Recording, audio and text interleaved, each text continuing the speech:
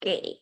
Nah, tanpa berlama-lama lagi nih teman-teman, sekarang kita waktunya panggil Mbak Ina.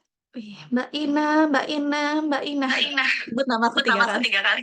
Halo, halo, assalamualaikum. Waalaikumsalam warahmatullahi wabarakatuh. Halo Mbak Ina, gimana kabarnya? Mbak Anggi, thank you banget ya udah diundang untuk sharing di acaranya Pancake bersama teman-teman di sini. Dan aku appreciate banget di sini ada Mas Teguh, Mas Atta. Halo, salam kenal semuanya. Mbak Rizky Putri, Mas Rizky. Ini udah pakai nama asli ya, bukan samaran ya. Karena kadang tuh kalau webinar namanya tuh kalau nggak Oppo, Lenovo, Asus. Tadi ada Evo. Thank you banget, nanti kita bakal sebenarnya lebih ke ngobrol sih teman-teman. Ada baiknya kita manfaatin apa namanya kalau di kita positif gitu. Jadi aku pas ditawarin apa namanya collabs bareng Pancake, yuk banget gitu. Apalagi momennya juga pas ya sambil kita ngabuburit. Semoga nanti waktunya bisa tepat on time. Jadi Mbak Anggi nanti sambil timekeeper aja. Jadi biar teman-teman nanti ada waktu buat cari takjil kalau yang berpuasa ya. Atau Oke. mereka sebenarnya udah siapin Mbak, udah standby ini di sampingnya Mbak. Bisa Mbak gitu. kelihatan aja di layar. Oke, di sini tadi ada teman-teman yang memang pertama kali mungkin ketemu, jadi salam kenal dan apresiasi setinggi-tingginya untuk teman-teman yang di sini. Udah ada berapa orang nih? Boleh aku cek dulu. 43 orang. Wah, ini kalau kita kumpul di satu ruangan, ini udah jadi ruangan kelas yang kayaknya bakal seru banget gitu. Jadi, teman-teman aku pengen sampaikan, jadi kadang tuh kalau webinar tuh kan distraksinya banyak karena kita nggak ketemu secara directly. Anggap aja sekarang kita lagi ngobrol, kita udah temenan lama, teman-teman udah kenal sama aku itu around 2 sampai 3 tahun. Jadi apapun nanti sifatnya santai aja, diobrolin aja. Oke, kita langsung ke materi aja kali ya karena nanti kita harus berburu takjil. Oke, boleh Mbak Anggi aku dibantu? Oke, bicara soal tema hari ini teman-teman, sebenarnya aku akan fokus ke sesuatu yang memang kita suka. Core ID-nya Pen sendiri adalah pejuang cuan. Jadi di sini kita akan ngomongin sebenarnya ada beberapa strategi yang bisa mendatangkan profit ya, dan biasanya ini juga akan menjadi syarat kenapa bisnis itu bisa panjang umur. Boleh kita next? Oke, ini dia. Jadi ada dua hal ini teman-teman yang pengen aku sampaikan. Gini, dalam proses aku selama hampir mau 7 tahun ya, menggeluti bidang customer service, customer experience, apa namanya happy service dan apapun itu nomenklaturnya, sebutannya, tapi pada dasarnya adalah pekerjaanku sehari-hari memang membuat dan memastikan customer itu apa ya, happy. Itu satu. Terus yang kedua adalah dia nggak ada gap yang terlalu tinggi dari ekspektasinya dia terhadap apapun yang kita janjikan. Jadi jangan sampai kita melakukan yang namanya overpromise. Terus balik lagi nih, tadi Mbak Ina bilang ada dua hal atau strategi yang bisa dilakukan. Teman-teman bisa lihat di sini. Yang pertama adalah pastinya acquisitions ya. Terus yang kedua adalah customer retentions. Kita bakal banyak banget ngebahas customer retentions di sore hari ini, dan karena aku di sini pengen kita interaktif aja dan waktu kita tuh sangat terbatas sebenarnya teman-teman untuk membahas sesuatu yang menurut aku sangat kompleks. Ketika kita ngomongin tentang customer, aku selalu ingat omongannya salah satu tokoh yang itu juga salah satu bukunya itu bestseller dunia ya. Simon Sinek selalu bilang, sorry, 100% of our team are people, 100% of our customer are people. So if you don't understand if you don't understand people, you don't understand business katanya. Jadi emang ini kompleks banget. Kalau aku dikasih sama Mbak Anggi di sini cuma 2 jam, benar-benar nggak akan cukup. Aku rasa interaksi itu penting di pertemuan pertama kita ini, biar apa nanti kalaupun waktunya nggak cukup ataupun teman-teman punya study case yang ingin dibahas bareng-bareng bisa catch up aku secara personal kayak gitu ya. Jadi boleh yuk di sini ramein dulu room chatnya, teman-teman udah siap nggak nih untuk kita langsung aja ke customer retention? Thank you Kak Aris. Sorry, Kak Faris. Oh, ini ada Mbak Intan. Hai Mbak Intan. Oke. Oke, teman-teman bisa dilihat di sini ya. Kita sambil lanjut. Terima kasih.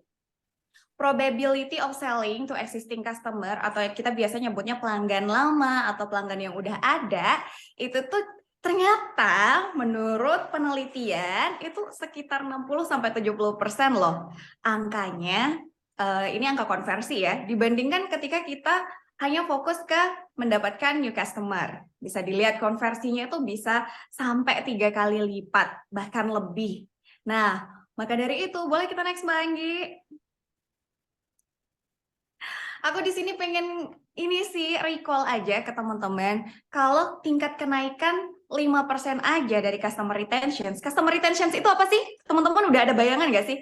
Customer retentions itu selama ini teman-teman memahaminya apa? Boleh yuk ditulis di kolom chat biar aku bisa dengar feedback soalnya kita di kelas.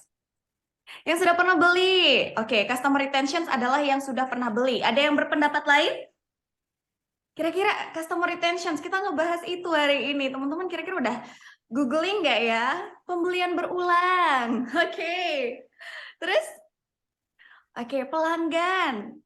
Oke, Mas Atta nih. Seberapa sering repeat order? Nice, nice, nice. Oke, aku bisa lanjut dulu. Mostly apa yang teman-teman sampaikan barusan di room chat itu benar-benar udah mepet sama apa yang namanya customer retention. Tapi sebenarnya kalau kita lihat dari segi bahasa, customer retention itu adalah mempertahankan pelanggan sebenarnya ya. Kalau tadi customer acquisition kita mengakuisisi pelanggan, jadi yuk yang belum pernah beli, beli gitu. Tapi kalau yang customer retention, ini pelanggan udah pernah beli at least sekali, ya, dia udah jadi customer kita. Terus kita tawarin lagi, entah itu produk yang sama atau malah produk yang berbeda. Atau bahkan nanti service ketika memang kita punya produk yang service juga gitu. Jadi teman-teman bisa dilihat di sini angkanya sangat tinggi.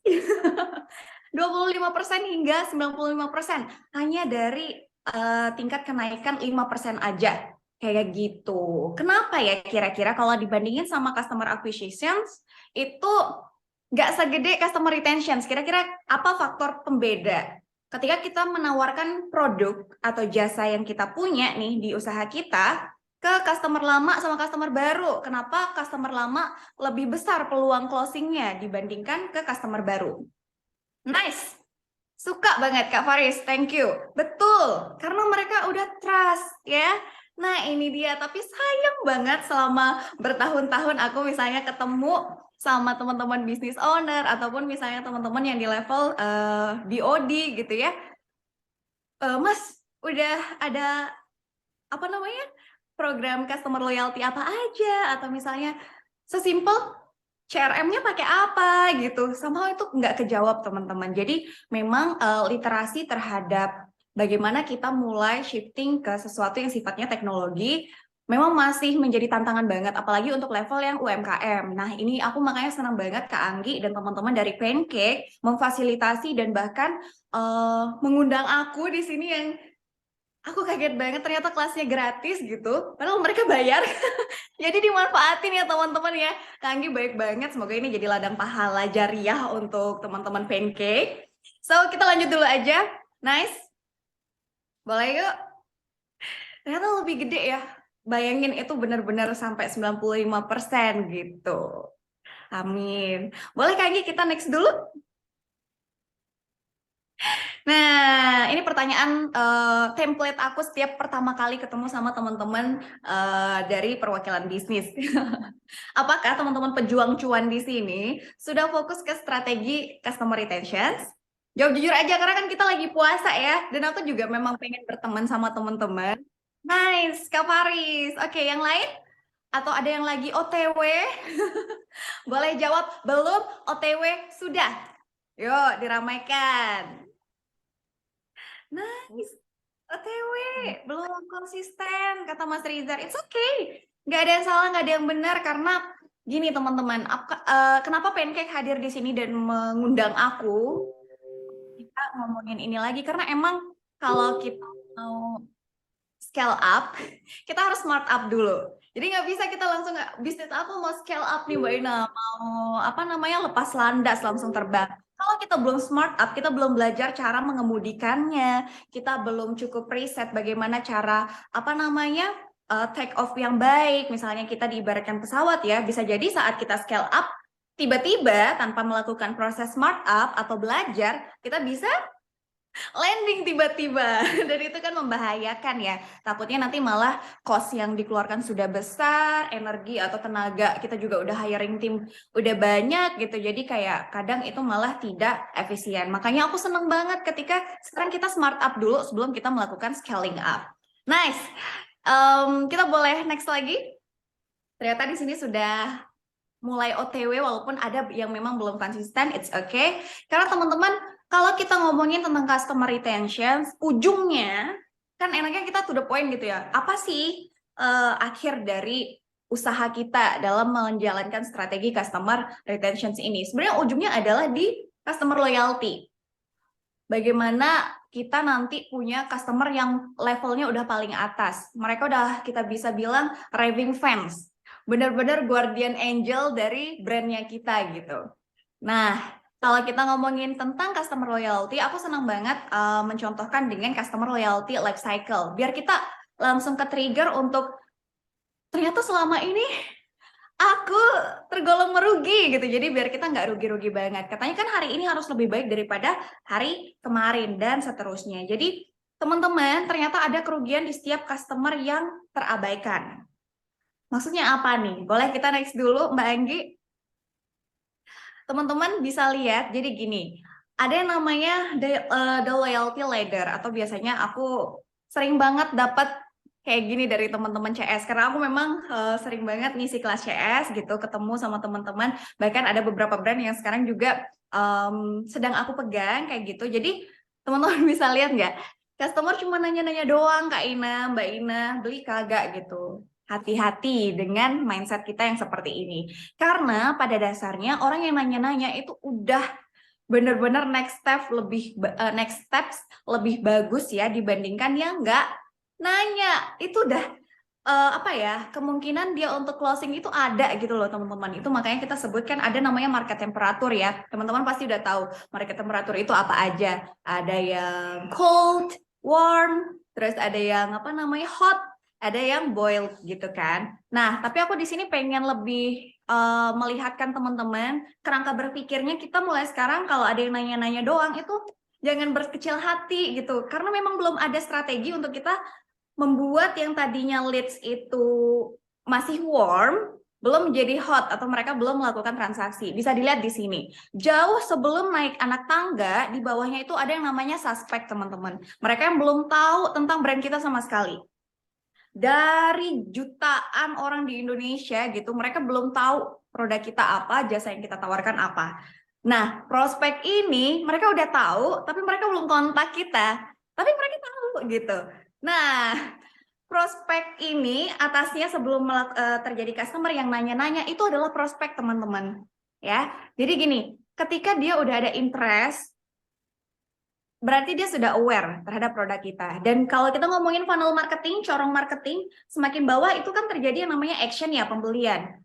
Dia udah masuk ke corong kita tuh, corong brand kita. Bayangin kalau misalnya dia karena kita nggak respon dengan baik, karena mungkin kita belum mengerti ilmunya juga, kita nanya-nanya doang nih gitu. Dia bisa keluar dari corong kita yang tadi. Bukannya dia mau naik tangga menjadi loyal di level advocate, tapi baru aja prospek dia mental, dia keluar dari funnel marketingnya kita, jadi dia nggak naik tangga menjadi customer. Service atau customer experience itu bisa kita lakukan after closing. Karena kita akan melakukan service itu biasanya ke customer. Customer itu syaratnya adalah minimal 1 kali transaksi aja. Nah, ini tapi yang menjadi permasalahan terbesar.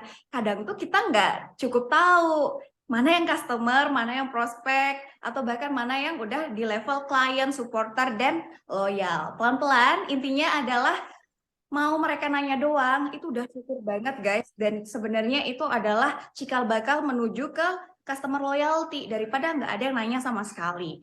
Nah, itu ya, jadi mindsetnya mulai sekarang ingat kata Mbak Ina itu cikal bakal customer aku gitu. Dan ada banyak strategi teman-teman. Kalau kita ngobrolin tentang teknik closing dan lain-lain mungkin di kesempatan lainnya ya. Itu sebenarnya ada banyak yang bisa kita lakukan bikin orang yang cuma nanya-nanya ini bisa naik menjadi customer. So, hati-hati dengan cara berpikir kita juga karena kadang kita jadi nggak meladeni dengan sepenuh hati padahal when we are talking about customer service, customer experience, guys, kita benar-benar harus melibatkan perasaan kita sebagai penyedia jasa ataupun produk. Oke, ini kayak singkat aja. Kita next lagi, nanti aku udah diingetin nih sama panitia. Aku seneng banget contohinnya kayak gini. Anggaplah ini funnel marketing yang aku sampaikan tadi. Mereka udah masuk ke lingkaran kita, customer loyalty life cycle. Ibarat kata putaran roda yang terus berputar, customer kita ini harus berputar terus teman-teman. Tadi teman-teman udah keren banget waktu aku tanya customer retention itu ngobrolin tentang apa sih? Repeat order, pembelian berulang. Itu udah good.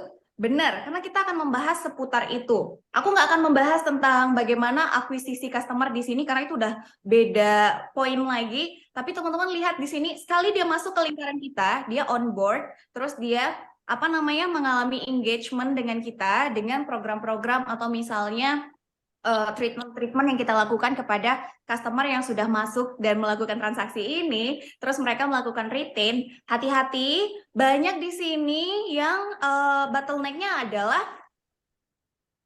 customer-nya bukannya repeat, tapi malah memilih exit. Karena apa? Karena ketidaksiapan kita menghandle customer yang tadi, yang existing customer tadi gitu.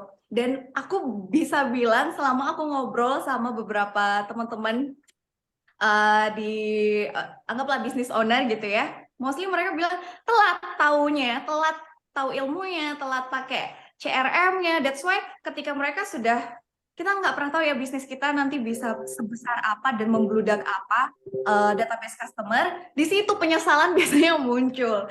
Makanya kayak, ayo dong mulai shifting yuk, dirapiin lagi, mulai pakai teknologi karena aku orang yang sangat percaya yang namanya customer service itu harus banget memang melibatkan yang namanya personal ya, personality, entah itu personal approachment yang itu approaching gitu. Jadi kita harus melibatkan kayak itu seolah-olah personalisasi. Tapi guys, itu kalau misalnya customer kita masih sedikit, bayangin kalau customer kita udah 100 aja kita kadang udah lupa tadi aku ngobrol apa ya sama dia, dan itu takes time gitu, kita malah nggak efisien dari segi waktu dan bahkan tenaga ya.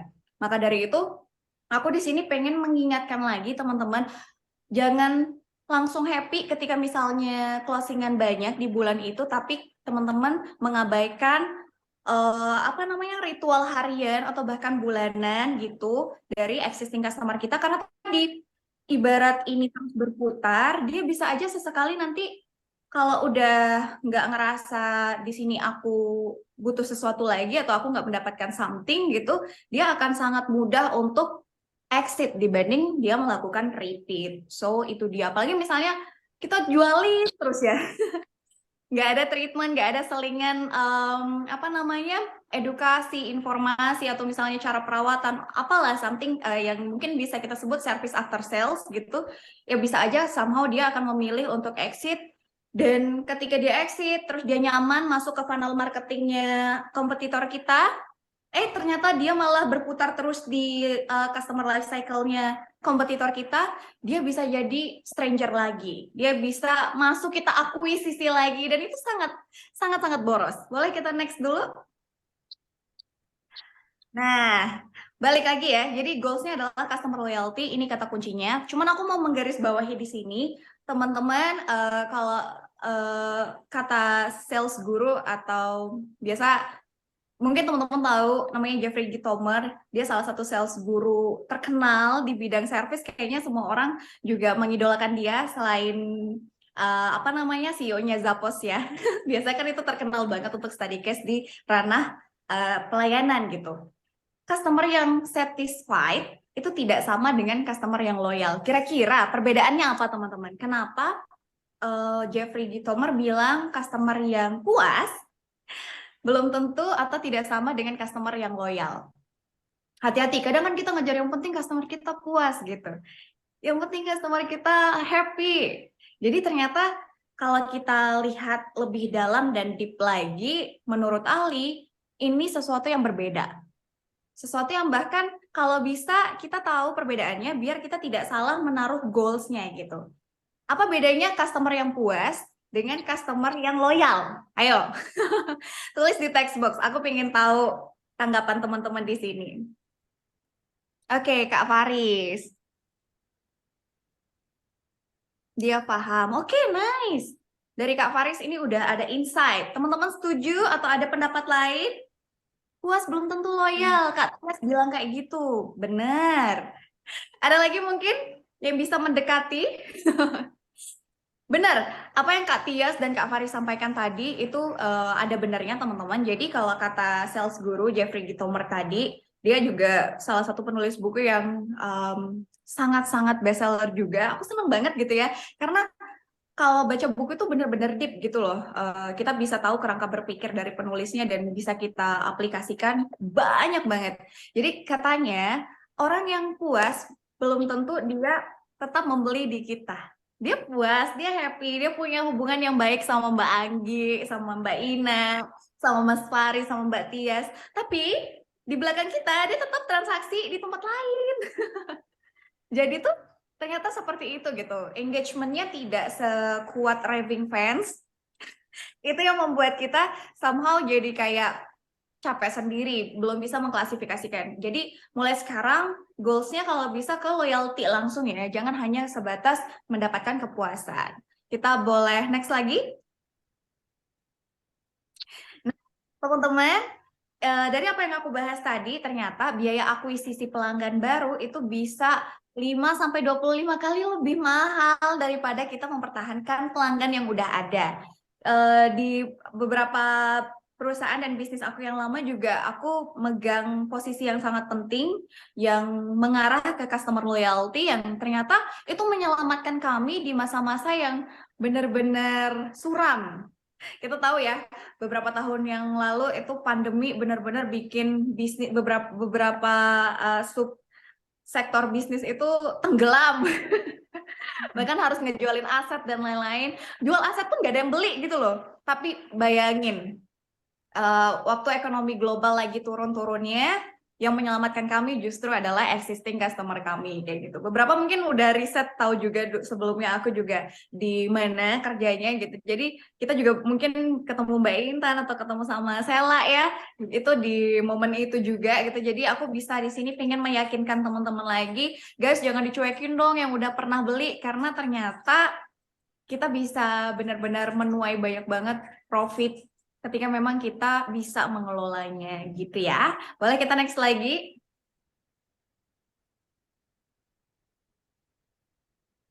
Terus nih, apa korelasi dari customer retention dengan customer experience? Kenapa ini saling terkait? Terus tadi juga kita ngebahas customer loyalty dan lain-lain. Intinya adalah customer experience ini adalah strategi atau bisa kita bilang mungkin tools ya yang bisa membuat terjadinya retensi pelanggannya kita gitu. Nah, dengan keberhasilan kita menghadirkan apa ya experience terhadap pelanggan kita, tentunya experience yang sifatnya positif ya, yang energinya lebih ke arah positif, itu akan membantu customer retention kita semakin baik lagi. Boleh kita next dulu? Nah, terus kalau kita lihat nih, kira-kira ada yang tahu nggak bedanya CS dan CX itu apa? Ayo, beda yang benar-benar paling kelihatan. Ada yang tahu? Boleh tulis di kolom box. Salah juga nggak apa-apa, kan kita namanya lagi belajar ya. Biar aku tahu nih, oh teman-teman selama ini menafsirkan CS itu apa, CX itu apa. Lalu apa kira-kira yang paling kelihatan bedanya dari customer service and customer experience? Boleh ditulis di ini ya, kolom chat ya, sambil aku pengen melihat teman-teman yang di sini. Wah, ada yang on cam nih, akhirnya aku ada teman. Iya, kira-kira kita bisa Ada ada apa? juga yang on cam-nya sambil nyiapin bukber kayaknya. Luar biasa. Nyiapin buka luar biasa. Ayo teman-teman yang lain jangan kalah. Padahal kalau on cam kayak Mas Teguh dan Mas Atta ini kan seru ya kalau nanti kita bisa say hi entah di sosial media atau ketemu. Nah, Pak Mahfuz juga keren banget nih. Kita malah ketemu di sini. Kita menjalin silaturahmi. Katanya kalau menjalin silaturahmi itu makin profit, Mbak Anggi. Oh, bener banget. Oke, boleh yuk ditulis. Nah, ini udah ada yang jawab nih, customer experience. Untuk melayani aja. Membangun citra brand. Oke. Kak Rizar, lebih ke pengalaman, pelayanan dan pengalaman. Oke, translationnya memang seperti itu. Betul, kurang lebih seperti itu. Tapi teman-teman kalau kita highlight lagi, ada perbedaan yang nanti sangat mendasar. Jadi ketika teman-teman bilang nanti, guys, udah waktunya kita mikirin customer experience, bukan aja customer service. Itu tuh bisa ngejelasin hanya dalam waktu 1 menit kurang gitu. Boleh kita next dulu? Ini dia bedanya, teman-teman. Sebenarnya ini sama-sama part of service. Jadi orang service yang megang peranan service bukan hanya customer service ya, itu cuma apa namanya jabatan. Tapi sebenarnya service itu harus dipegang atau diperankan oleh semua elemen dalam bisnis. Aku pernah satu panggung menjadi pembicara sama Ibu Wani Sabu. Dia adalah Vice President Director Halo BCA. We know ya, Halo BCA itu benar-benar luar biasa dan beberapa tahun belakangan dia menyabet sampai setahun 162 kategori service excellence. Jadi kayak oh my god ternyata gitu. Si Bu Wani Sabu itu bilang, Mbak Ina ternyata aku sempat ngobrol juga gitu nanya-nanya. Ini beda yang paling mendasar antara ketika kita mau fokus ke customer oriented dengan menghadirkan customer experience yang sifatnya itu adalah proaktif. Kalau CS itu sifatnya reaktif, teman-teman. Jadi fokusnya udah beda. Ya, walaupun kalau kita tanya, tapi kan namanya aja mirip nih Mbak Ina. Emang, karena CX itu tanpa CS juga nggak bisa gitu. Jadi kalau CS dilengkapi sama CX itu akan sempurna. Toolsnya CX salah satunya adalah CS. Kenapa aku bilang kayak gitu? Contoh di sini, fokus ke reactive dan proactive service. Ada yang udah tahu bedanya apa? Tulis di kolom komentar. Karena di sini kita interaksi ya, ini kan diskusi. Yuk, kira-kira kalau menurut teman-teman, kenapa CS itu lebih ke reactive service, reaktif ya? Tapi kalau CX itu lebih ke proactive service. Dan kira-kira mana yang lebih baik? Boleh dilihat? Yuk ditulis, aku pengen tahu pendapat teman-teman. Gak apa-apa salah. Yuk, ada yang berani berpendapat? Ayo aku absen ya. Ayo, ada Kak Ariski, Kak Abi. Ini juga tadi ada yang dari ini ya, Happy Play ya. Kalau nggak salah Happy Play, Ko Joni nggak sih? Betul? Iya kan, salah Betul. ya. Aku kenal CEO-nya. Ini juga boleh banget kalau teman-teman mau rename namanya pakai nama bisnisnya biar aku kayak langsung oke, aku pernah bertemu sama teman-teman ini. Salam untuk Happy Play Team. Ini udah ada yang jawab belum ya? Betul. Teman-teman bisa lihat nih Mas Atta udah ngebantu ngejawab ya. Jadi memang benar teman-teman, reaktif itu nunggu di chat. Betul Mas Faris juga di sini. Proaktif itu kita yang hubungi. Ibarat kata benar apa yang disampaikan. Thank you banget teman-teman. Ketika kita memberikan service yang sifatnya customer nanya dulu, minta dulu, apa namanya, telepon dulu, atau bahkan misalnya dia apa namanya marah-marah dulu, baru kita kontak, itu adalah reaktif dan cenderung ini sifatnya short term, ya. Tapi beda banget kalau misalnya ke proactive service. Kalau proactive service itu sifatnya dia lebih customer belum nanya, tapi kita tahu dia ada peluang untuk nanya. Contoh pengiriman resi atau misalnya pengiriman apa namanya nota invoice gitu. Nanti masa customer kita nanya dulu, Kak resinya boleh minta nggak gitu. Sebenarnya kalau kita mau menghadirkan service yang excellence, ada baiknya kita sudah punya apa ya strategi kita ngechat duluan gitu. Jadi kayak begitu transaksi ini ya apa namanya resinya silakan ditunggu dan lain-lain. Jadi belum nanya, belum minta, kita udah inisiatif untuk ngasih informasi atau edukasi duluan gitu. Dan ini bisa tiap bisnis beda-beda ya kebutuhannya, tergantung teman-teman memang concernnya itu ke arah yang mana. Kita boleh next lagi? Teman-teman, aku mau tanya, quick survei aja di kolom chat. Ada yang tahu ini siapa? Tulis, yuk. Barangkali nanti dapat hadiah dari Mbak Anggi. Yuk, cepet-cepetan. Ada yang tahu ini siapa? Yuk. Ayo teman-teman. Siapa nih? Ayo, ini siapa? Nanti ditanyain ya. Kalau soal rekaman ditanyain ke manajemen. Oh, bapaknya lain. Mudah sekali Bapak saya. Iya. Yang nggak tahu jawab jawab apa namanya? Jawab pas. Pas, kita main game. Bolehnya kayak kenal. Bolehnya kenal. Ini siapa ada yang jawab benar? Gitu. Kak Septi. Jangan search Google. Udah, kita lanjut aja. Oke, kalau next dulu. Oh, canggih ya. Yang tahu siapa? Boleh tulis? Kalau Tulis ini di kayaknya kolom. lebih banyak yang tahu nih, tuh kan bener. Banyak yang tahu. Hujan. Kan banyak yang tahu langsung. Aduh. Sih. Aku keluarga bahagia ya jadi kayak. Guys, kenapa yang ini malah banyak yang tahu, tapi yang tadi malah banyak yang nggak tahu? Oke. Sorry ya kalau ada suara-suara, kita lanjut aja. Jadi teman-teman boleh kita next dulu aja langsung Kak. Iya, kita belajar dari event di MotoGP Mandalika. Jadi ini adalah benar, tadi ada yang jawab benar. Aku mau tahu tadi teman kita ada yang menjawab benar siapa ya? Mbak Sakti. Oke, Mas Sakti, thank you banget. Ini keren karena udah aware dengan salah satu tokoh yang menurut aku juga belajar banyak gitu ya dari study case yang di sini. Boleh kita play dulu ya? Semoga ada soundnya. Nanti boleh dikasih feedback kalau udah ada suara ya teman-teman ya. Bisa jawabnya bisa gitu atau gas. Beneran nggak?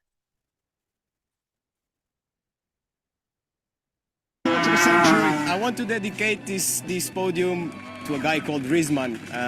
He's a staff in the hotel that I stayed. He has been supporting me the whole week, and he's a really nice guy. So I promised him if I went on the podium, I would dedicate this to him. So Rizman, there you go.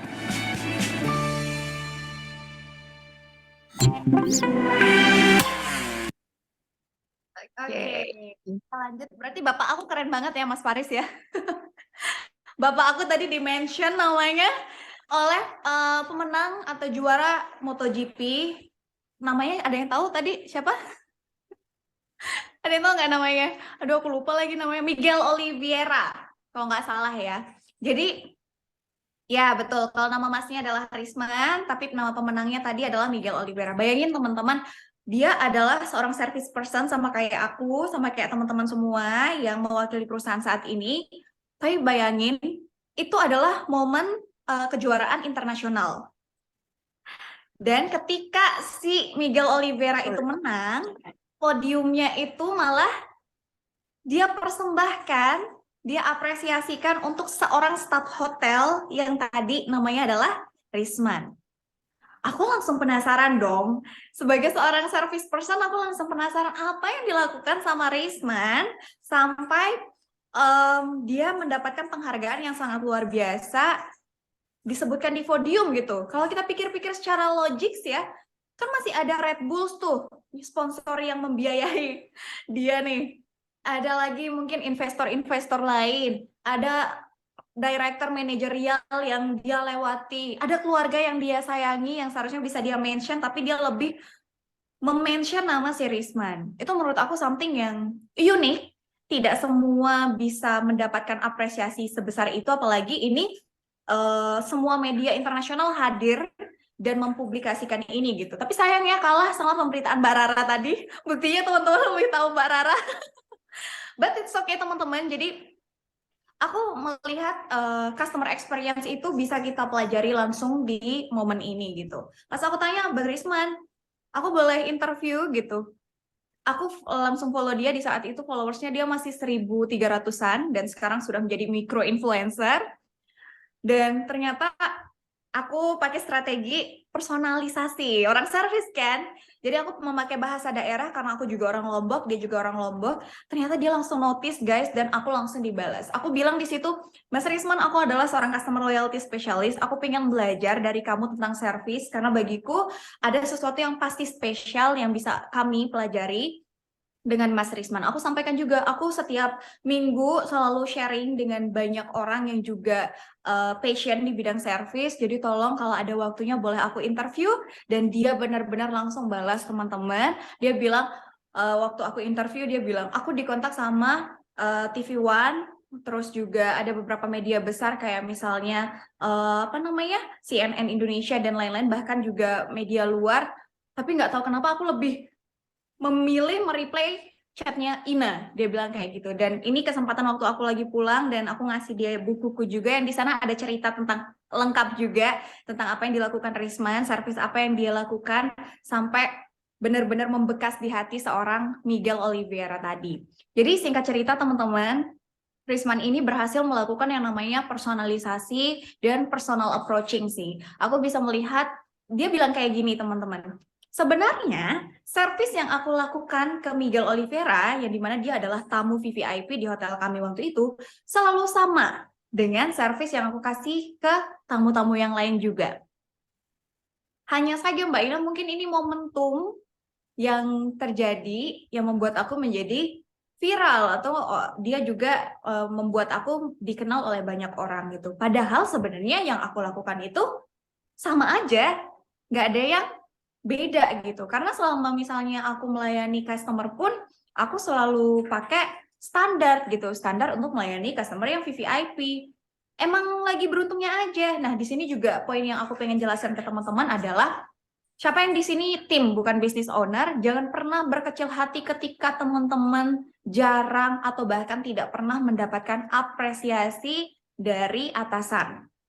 Kenapa? Karena belajar dari Bang Risman ini, apresiasi tertinggi itu akan datangnya itu dari customer yang kita layani. Percaya deh sama aku. Karena aku pun merasakan hal itu gitu. Aku kayak di momen kadang tuh kepuasan batin yang luar biasa itu adalah ketika yang ngucapin say thank you atau malah yang memuji kita adalah customer kita sendiri. Karena hubungan kita dengan customer itu ternyata benar-benar melibatkan perasaan juga kan. Kita melibatkan yang namanya vibrasi, energi, yang dimana harusnya kita sebagai service person itu harus menjadi orang yang positif dulu. Biar kita bisa mentransfer itu ke customer kita. Dan customer tadi bisa menerima energi kita juga secara positif gitu. Ikhlas, dia merasakan keikhlasan yang kita lakukan. Dan percaya sama aku juga, ketika kita melakukan customer retention, customer experience, kita melayani orang lain, kita juga sedang membantu diri kita sendiri. Karena kita sedang beribadah juga sebenarnya membantu orang lain ya. Kita menghubungkan antara kepentingan yang ada di customer dengan kepentingan perusahaan, kita kawinkan, terjadi dealing di situ, sama-sama menguntungkan. Jangan pernah ragu untuk menawarkan produk. Karena apa? Kita kan nggak minta uang mereka, kita nggak minta uang customer.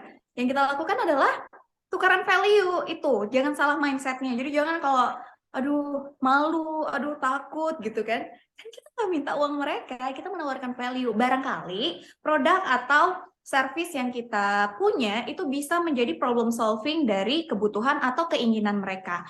Kayak gitu loh. Jadi bicara tentang customer experience, belajar dari study case ini teman-teman, aku melihat ternyata ada banyak hal yang bisa kita pelajari. Nah, kalau teman-teman sendiri kira-kira udah bisa dapat bayangan nggak? Customer experience itu sebenarnya apa sih? Kalau belum nih, aku tambah satu video lagi, boleh kita ke video yang sebelumnya. Ini juga salah satu contoh yang sangat-sangat sering banget dipakai untuk menjelaskan tentang customer experience itu apa. Teman-teman bisa lihat di sini ya. Aku kasih waktu. Rasa almond oat, Vita Digest-nya kontrol gula darah, jadi lancar puasanya. Bentar ya. Iklannya banyak. Bentar ya. Being controversial. This week, Steve Hartman stopped for coffee on the road. Grounds for a story that just had to be told. For a deaf person like Ibby Paracha of Leesburg, Virginia, getting the drink you want at Starbucks can be a tall order. But Ibby says not here. Thanks to a barista who recently did something truly grande. And when I came in, the first thing she did was she wrote the note. So I thought maybe she had a question for me or something. Mbak, boleh diaktifin subtitlenya? Tolong. As I read through it, it shocked me. He immediately posted this picture of the note, which read, "I've been learning ASL, American Sign Language, just so you can have the same experience as everyone else." What can I get for you today? That barista is Crystal Payne. 2 Trenta iced coffees? She's new here. In fact, she'd only waited on Ibby once before deciding to go home, go on the internet, and learn sign language for him. Maybe I spent like 3 or more hours on it. Getting ready to take one order? Yeah. If he's a regular and I want to make that connection with my regulars, I should be able to at least ask him what he wants to drink. What you want drink. Today, Crystal knows everything she needs to wait on Ibby. Caramel frappuccino, please. And that really is the extent of their interaction. To Crystal, it's no big deal. But to Ibby, who says navigating a hearing world is often frustrating, what Crystal did was a wonderful gesture that he will never forget. He even saved the note. It's something that was very inspirational, so I wanted to keep it in the frame. Sometimes customer service gets a bad rap, and it's often well-deserved. But there are those frontline workers who go above and beyond, not for a tip or because the boss is watching, but because kindness is who they are, and the customer, all they care about. And it's just something that really gave me genuine happiness. Even now? Yeah, even now, still smiling. Steve Hartman, on the road in Leesburg, Virginia. And that's Oke, boleh di stop dulu kali ya. Jadi intinya adalah kenapa aku di sini kasih beberapa langsung study case yang nyata. Ini tuh benar-benar melibatkan sesuatu yang penting banget gitu, sesuatu yang lihat tadi ya, baik itu Risman, kalau Risman dia pendekatan personal gitu.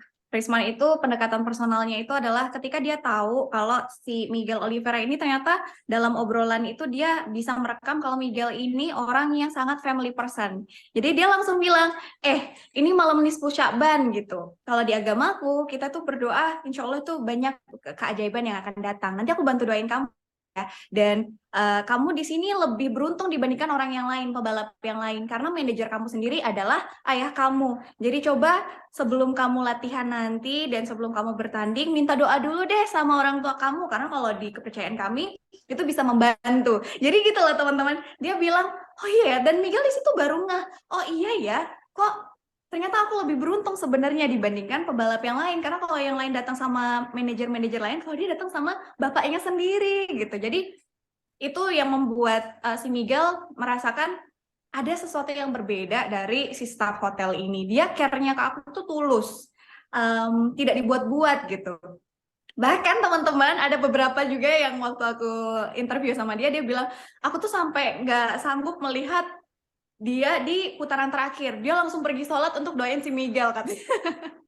Jadi kedekatan yang itu bisa tercipta ternyata antara si customer dengan pelanggannya. Dan kalau dari Starbucks tadi kita bisa lihat ya, kalau misalnya videonya kurang jelas, aku review sedikit. Itu tadi ada pelanggan yang memang berkebutuhan khusus, dia tidak bisa mendengar, dan si barista itu melihat sebenarnya dia bisa mendapatkan pelayanan yang sama ketika misalnya aku tahu kebutuhannya dia, dan saat dia tahu ternyata pelanggan regulernya ini adalah seorang yang berkebutuhan khusus gitu, dia langsung inisiatif untuk belajar American Sign Language. Jadi dia belajar bahasa isyaratnya Amerika, dan kaget banget customernya saat mendapatkan perlakuan yang seperti itu dari service person atau barista tadi gitu. Jadi teman-teman, ngomongin tentang customer experience, sebenarnya boleh kita next dulu.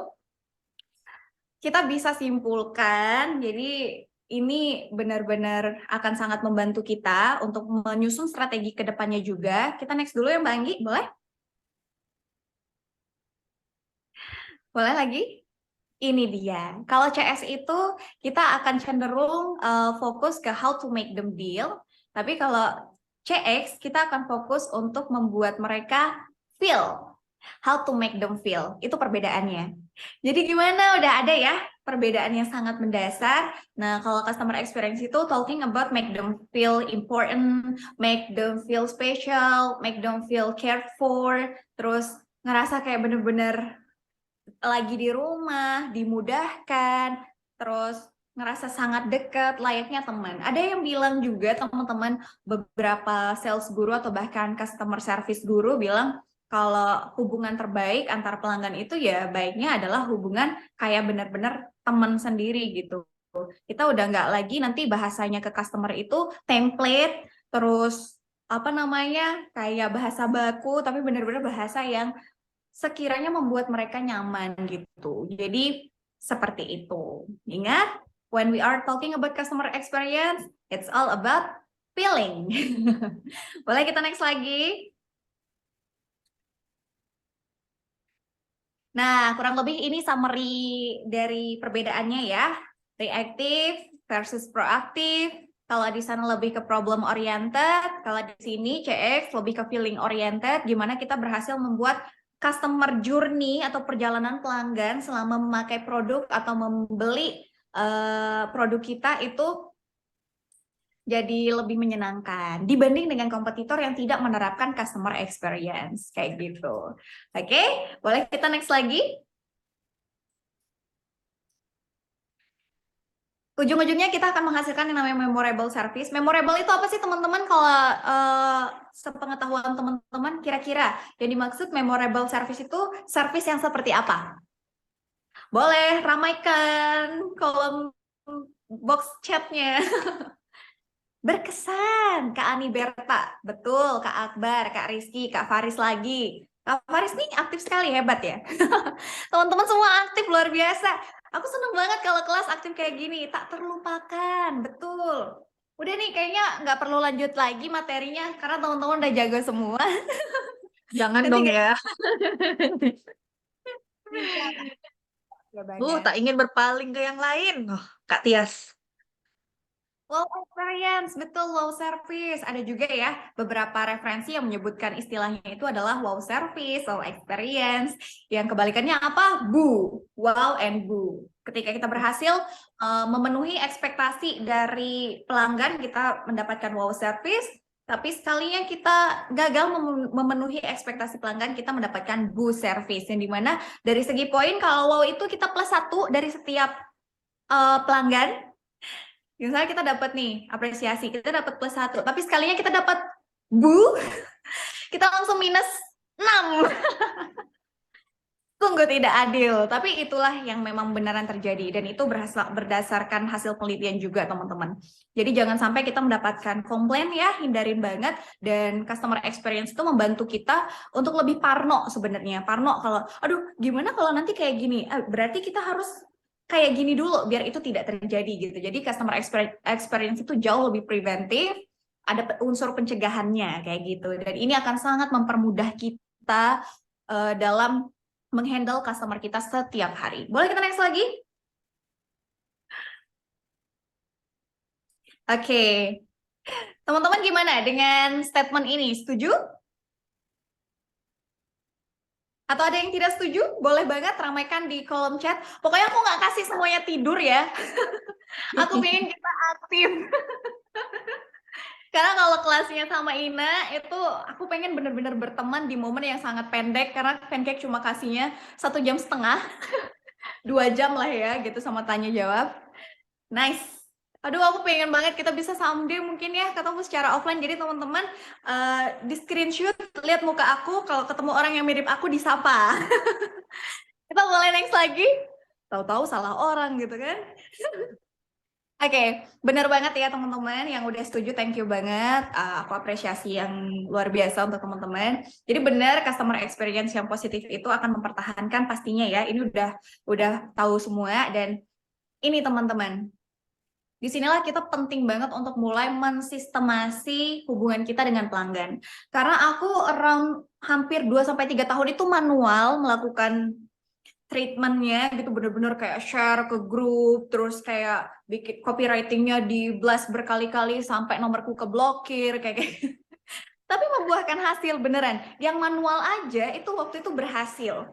Benar-benar membantu tadi yang aku bilang, di saat-saat lagi turun-turunnya omset malah bisa naik tinggi hanya karena kita tahu kebutuhan existing customer kita apa, dan kita meluncurkan produk yang mirip tapi tidak sama gitu, kayak misalnya sequel dari yang sebelumnya, sequence dari sebelumnya, dan dari situ ternyata yang kemarin udah pernah beli lagi dengan kayak hampir mungkin bisa 95, hampir sampai 98% beli lagi karena memang produk yang sebelumnya winning gitu. Jadi ada banyak cara ternyata ya, kita mungkin bikin entah kalau misalnya itu produk buku atau apa, cetakan terbaru atau apa gitu. Jadi guys, seperti itulah yang aku pengen sampaikan ke teman-teman. Jadi mulai sekarang, ataupun misalnya kalau teman bisnisnya udah besar gitu kan, bisa mulai shifting. Tapi kalaupun belum, percaya sama aku, sistem itu memang ribet di awalnya doang, nyebelin di saat kita lagi transisinya doang gitu, tapi setelahnya itu akan sangat mempermudah kita.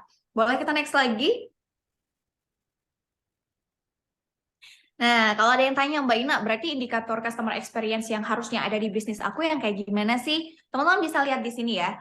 Dari poin 1 sampai 8, intinya adalah kalau nomor 1, kita membuat customer kita itu merasa dia itu dikenal, dia itu dihargai keberadaannya. Terus kalau yang accessibility adalah kemudahan dalam dia menjangkau atau mengakses service atau produk kita gitu. Apakah sekarang kita pernah nggak sih nyobain menjadi customer terhadap bisnis kita sendiri? Pasti kita kadang menemukan hal-hal yang kita nggak seret gitu, dan itu harus segera diperbaiki. Karena itu membantu kita untuk lebih preventif tadi, mencegah hal-hal yang sifatnya nyebelin di mata customer kayak gitu. Sesimpel payment guys, kadang tuh kan kita bilang, maaf kak belum bisa pakai kris ya, bolehnya hanya lewat sini gitu. Atau misalnya dia menawarkan transfer atau apa gitu. Jadi kayak harusnya kita udah mulai plotting customer journey-nya itu kayak gimana sih, perjalanan pelanggannya yang menyenangkan itu yang seperti apa, agar di benaknya mereka tadi kan berkesan, diingat sama mereka, itu tuh bener-bener kayak nempel banget. Oke, terus yang ketiga, helpfulness, kita sangat membantu mereka gitu, jadi kemudahan, terus kecepatan kita dalam memberikan bantuan, responsif ya, ini penting banget nih, responsif. Kadang orang tuh bisa kabur ke kompetitor hanya karena kita telat balas aja gitu. Jadi kadang tuh juga speed dalam membalas pesan itu bisa menjadi pertimbangan untuk mereka melakukan pembelian atau transaksi. Keempat, personalisasi yang kita bahas dari tadi ya, dari yang coffee dia sampai belajar. Ya udah, memang ini nggak ada di SOP perusahaan, tapi bagiku adalah udah menjadi hak untuk semua customer mendapatkan perlakuan yang sama, termasuk ke salah satu customer yang tadi berkebutuhan khusus seperti itu. Terus value for time-nya juga, gimana kalau ini pelanggan itu merasa kalau waktunya mereka itu sangat dihargai gitu, jadi nggak kemana-mana, nggak muter-muter. Dan yang terakhir juga promise fulfillment. Ini bagaimana kita berhasil gap ekspektasi yang ada dari pelanggan terhadap produk atau service yang kita tawarkan itu terbayar lunas, tidak minus. Jangan sampai kita overpromise juga, karena kalau overpromise itu kayak somehow cikal bakal terjadinya komplain seperti itu. Boleh kita next lagi? Nah, terus teman-teman, menurut penelitian juga, aplikasi CRM itu membantu produktivitas penjualan itu bisa sampai 26%, dengan tingkat konversi pemasaran itu juga bisa melebihi around 300% ini. Dan ini menurut aku peluang banget ya, ketika misalnya kita berusaha coba meyakinkan ke atasan kita untuk mungkin mulai bulan depan atau mungkin untuk periode ke depan, gimana caranya kami orang-orang service ini dikasih keleluasaan untuk upgrade atau melakukan yang namanya kaizen kalau bahasa Jepangnya, atau improvement.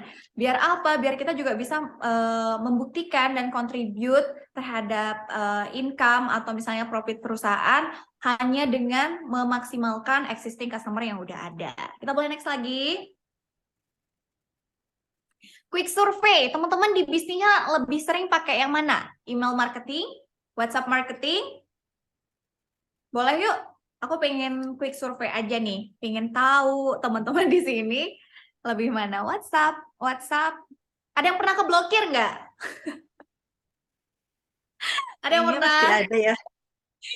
Blokir nggak? Pernah. Oh, berkali-kali.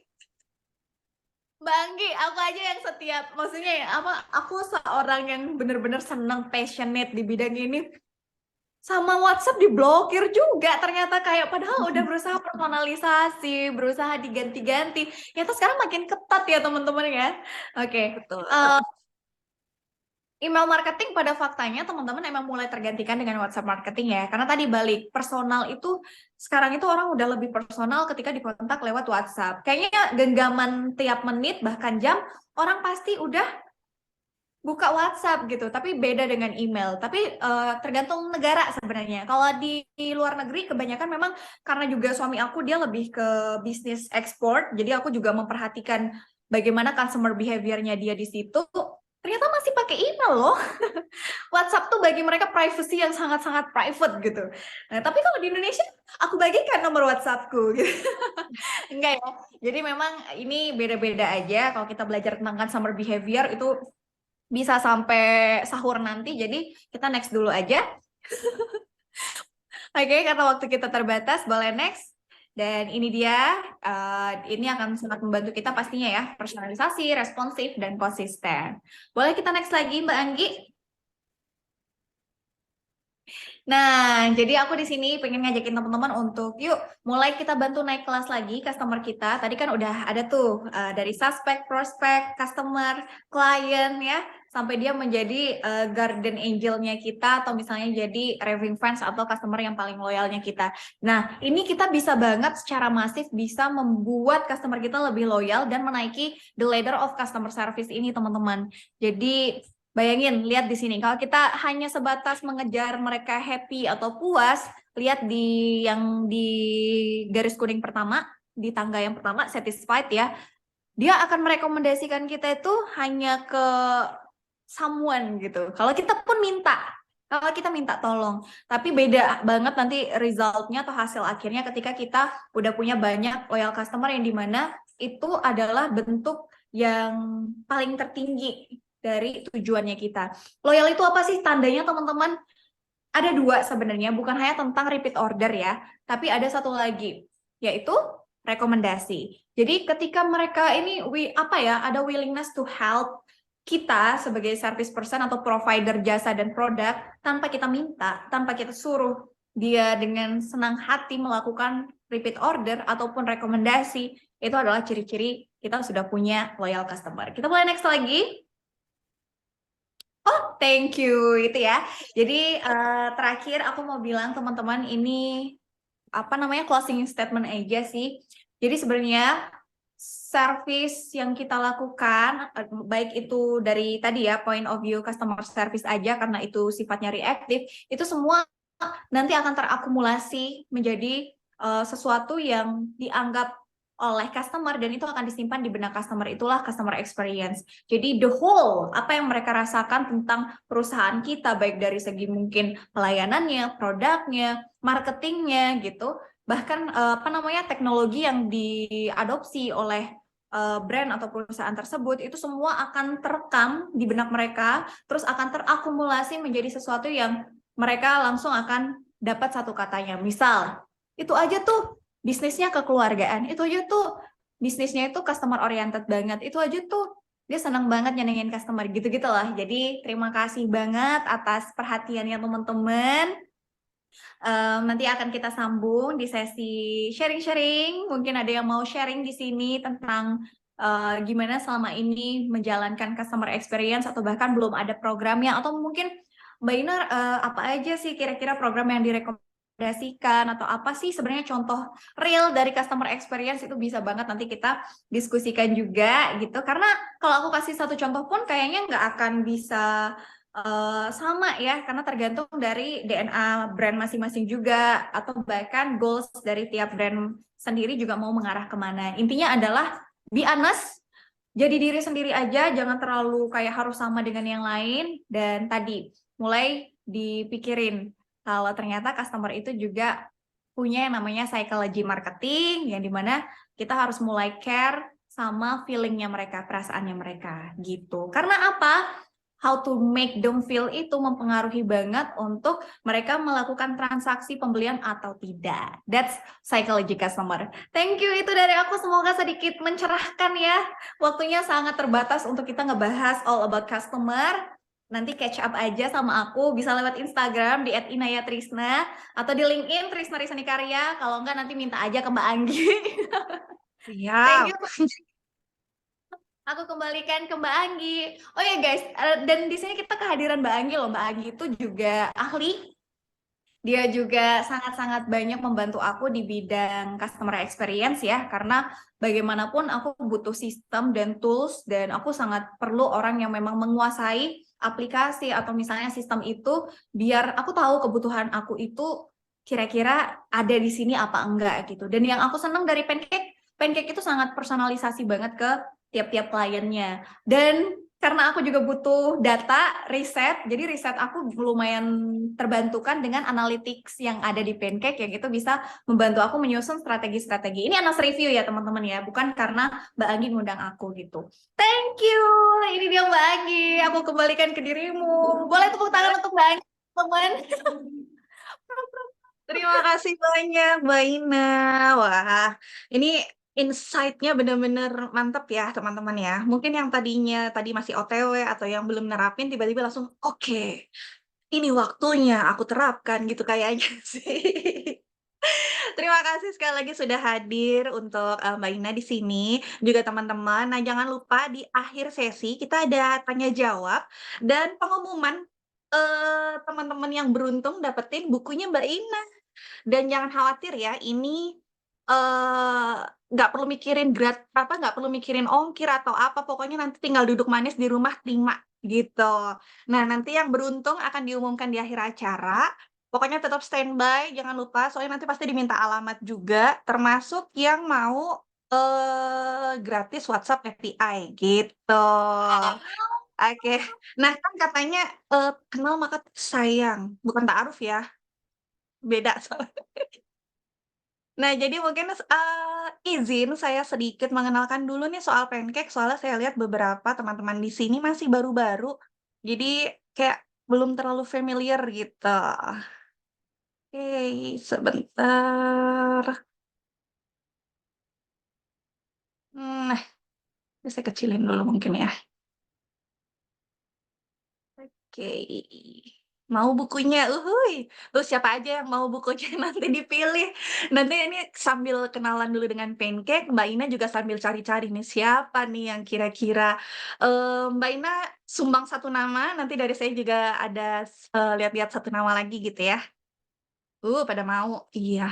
Kapan lagi kan? Gratis ongkir pula. Pokoknya semuanya Pancake yang tanggung. Iya. Salah satu service ya. Baik, nah tadi kan sudah disinggung tuh sama Mbak Ina terkait customer experience yang tersistemasi melalui CRM itu sangat penting. Soalnya bisa menghasilkan customer experience yang positif. Nah, kalau udah customer experience-nya positif, itu kecenderungannya atau kayak udah lebih besar kan bisa mempertahankan pelanggan dengan lebih baik gitu ya teman-teman ya. Nah, sebenarnya memang ada banyak sih sistem CRM di Indonesia yang bisa dipakai sama teman-teman. Tapi di sini saya akan mengenalkan Pancake, karena saya dari Pancake nih. Nah, sebenarnya Pancake ini apa sih gitu, kok namanya kayak kue gitu ya. Nah, perusahaan kami ini namanya adalah Cakecom. Jadi harapannya produk-produk kami ini Nah, bisa seperti potongan kue yang kalau disatukan itu bisa saling melengkapi menjadi satu kesatuan ekosistem yang bisa membantu teman-teman dalam menjalankan bisnis online-nya. Gitu. Nah, ini teman-teman bisa lihat ya, untuk di Indonesia kebetulan ada 4 produk ini. Kalau di luar ada produk lainnya juga. Nah, di sini ada Pancake, ada Post CRM, ada Botcake, dan ada Webcake. Kami sudah lebih dari 6 tahun menjadi partner bisnis resminya Meta. Dan sejak dari 2018, kami juga sudah menjadi salah satu dari top 3 global messaging partnernya Facebook gitu. Nah, kebetulan tahun lalu juga kami dapat penghargaan dari Meta itu sebagai Partner of the Year gitu ya. Jadi kalau ada yang nanya, "Ini Pancake bukan partner resminya Facebook ya? Bukan partner resminya Meta ya?" "Oh, tentu tidak, kami partner resminya."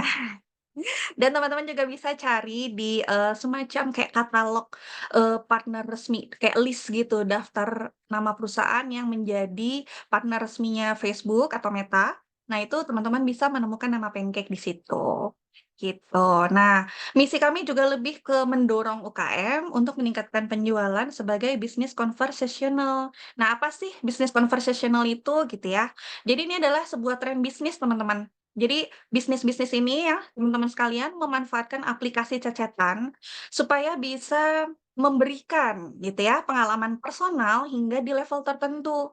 Nah, ini bisa murni pure, kayak cuma chat-chat-an dari SDM-nya doang, jadi kayak tim admin atau tim CS-nya aja, atau bisa kombinasi juga dengan chatbot gitu.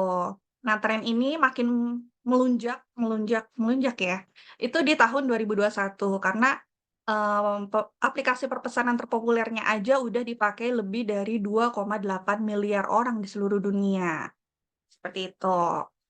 Nah, di sini teman-teman bisa lihat ya, teman-teman pejuang cuan ada semacam siklus, customer lifetime, gitu. Nah, dari awal kita reach misalnya dengan iklan ya, kita bikin landing page, bisa pakai produk kami yang Webcake, gitu. Atau misalnya teman-teman sudah punya database dari yang sebelum-sebelumnya, gitu bisa di-approach dengan broadcast pakai Botcake, seperti itu.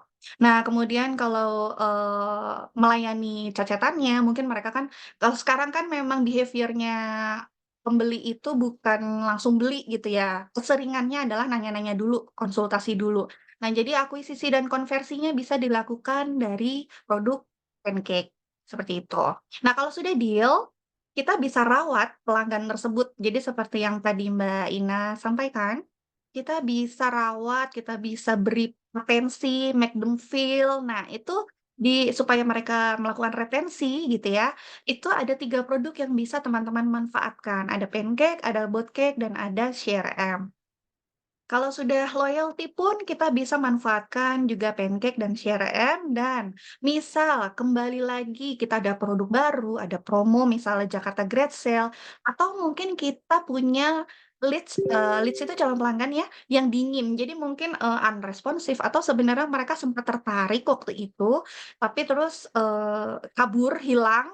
Nah, mungkin bisa juga di-reach kembali, jadi retargeting kembali gitu ya, di retargeting dengan Botcake. Jadi pakai broadcast lagi. Mungkin dengan isi perpesanan yang, quality-nya cukup baik ya, jadi bukan asal nge-broadcast nyampah, nanti teman-teman malah di-report gitu. Jadi baik lagi, ini semua merupakan alat ya, teknologinya ini alat yang teman-teman bisa manfaatkan untuk menerapkan SOP atau strategi yang teman-teman mau lakukan supaya siklus lifetime customer ini benar-benar hanya berada di produk kita aja, di brand kita aja, seperti itu. Nah, dengan seluruh, produk kami ini yang 4 tadi, teman-teman bisa munculin chat dari banyak platform sekaligus dan juga memantau kinerja CS. Nah, memantau kinerja CS ini lebih ke saat, CS-nya ngebales pelanggan, nah teman-teman bisa mantau gitu, ini sudah sesuai SOP belum, ini sudah, walaupun kan kalau tulisan itu nggak kelihatan ramahnya ya, tapi kadang-kadang kita bisa pemilihan katanya yang baik, yang menunjukkan bahwa ini ramah, atau mungkin teman-teman ada yang standar, SOP-nya itu menggunakan emoji atau menggunakan, senyum dan tangan atau bagaimana, kayak gitu. Terus teman-teman juga bisa chat rotator, jadi ini lebih ke pembagian chat, baik itu secara otomatis maupun manual. Kemudian ada statistik, jadi teman-teman yang tadi sempat Mbak Ina sebut juga ya, kalau butuh data gitu, butuh statistik, tinggal diekspor, tinggal, dilihat juga, baik itu kategori produk, pelanggan, iklan, atau kinerja CS dalam hal lamanya lamanya apa ya, rata-rata waktu tunggu balasan chat. Jadi lamanya si CS ini membalas pelanggan, gitu. Nah, kemudian juga teman-teman bisa mengelola data pelanggan dan mengelola stok gudang, bisa pasang chatbot dan otomasi chat ini kayak chat yang otomatis, misal otomatis menjawab atau otomatis terkirim di waktu tertentu, kayak gitu. Terus juga ada landing page, teman-teman bisa pakai untuk bikin form orderan maupun form appointment atau janji temu gitu ya. Biasanya yang kayak gini klinik. Atau kalau teman-teman kemarin sempet yang isi form ya, ada landing page terus isi data kan. Nah, form yang seperti itu bisa dipersonalisasi. Jadi benar-benar bukan udah jadi default seperti itu dan nggak bisa diutik-utik ya. Jadi itu benar-benar full customize, teman-teman bisa sesuaikan dengan kebutuhan bisnisnya teman-teman. Seperti itu.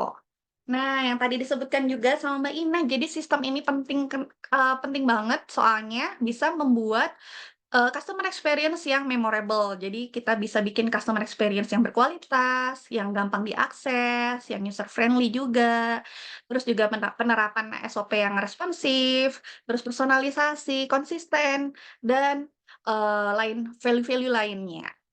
Seperti itu. Nah, ini mungkin yang ditunggu sama teman-teman waktu daftar, soalnya saya lihat kebanyakan jawabnya mau gratis pakai WhatsApp API.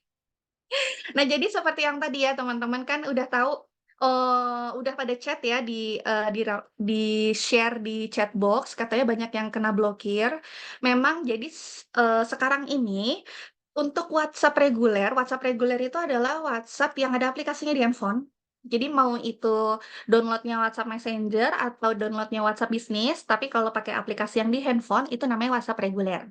Nah, itu sekarang semakin diketatkan. Jadi, kalau dulu misalnya teman-teman eh nge-broadcast atau nge-blast itu kayak cuma sebentar aja gitu ya. Misal dalam waktu 1 menit ngirimnya ke 50 orang kayak aman-aman aja. Nah, sekarang udah nggak bisa seperti itu. Jadi lebih ke apa ya? Gampang rentan kena ban secara sistem. Baik, jadi otomatis bukan karena si penerima chat ngerasa dapat chat nih dari apa tadi misalnya Kak yang backpacker gitu ya atau dapat dari, Sporty ID atau tadi saya lihat misal Happy Play gitu nge-broadcast, saya report gitu, enggak. Jadi kalau dulu cuman bener-bener orang ngeblokir, kalau sekarang nggak perlu nge-broadcast aja, nggak perlu si penerimanya ngeblokir teman-teman, itu teman-teman rentan rentan kena ban by sistemnya WA. Maka dari itu penggunaan WhatsApp API ini merupakan salah satu solusi, karena nggak mungkin kita nyuruh, pelanggan kita pindah misalnya, "Udah deh Kak, pindah ya ke Telegram," atau, "Udah deh Kak, pindah deh ke Line," misalnya kayak gitu ya. Nah, itu kan lebih sulit gitu. Jadi, kita yang mau nggak mau mengikuti pelanggan ya tetap di WhatsApp. Nah, supaya lebih aman dari ban by system, mau nggak mau kita pakai WhatsApp API. Nah, ini yang gratis pakai 1 bulan untuk 1 nomor WhatsApp API 5 agen, berlaku untuk semuanya ya, semua teman-teman yang di sini langsung aja ketik, klaim gratis ke WhatsApp-nya Pancake yang nomor 0877. Sebentar, mungkin saya tuliskan link-nya ya. Jadi teman-teman bisa langsung klik aja link-nya, terus chat ke situ. Nah, di chat box ya teman-teman langsung klik aja, kirim WA-nya di situ, baik itu tadi saya lihat juga ada beberapa teman-teman yang sudah pakai, WhatsApp API, sudah pakai Pancake. Nah, kalau mau dapat gratis 1 bulan 1 nomor WhatsApp API 5 agen, kalau, tinggal klik aja ke nomor WA itu dan ketik, saya tulis ya, klaim gratis WA API. Jadi nanti tim CS Pancake yang akan merecord gitu. Jadi kalau teman-teman belum chat ke nomor ini, teman-teman nggak bisa klaim gratisnya. Sayang kan ya? Oke, sebentar. Klaim gratis. Aku ulang ya. Oke, klaim gratis WA API. Nah, silakan teman-teman. Hanya berlaku jika teman-teman sudah chat ke sana ya. Oke, nah. Oh, ada yang baru masuk? Sebentar.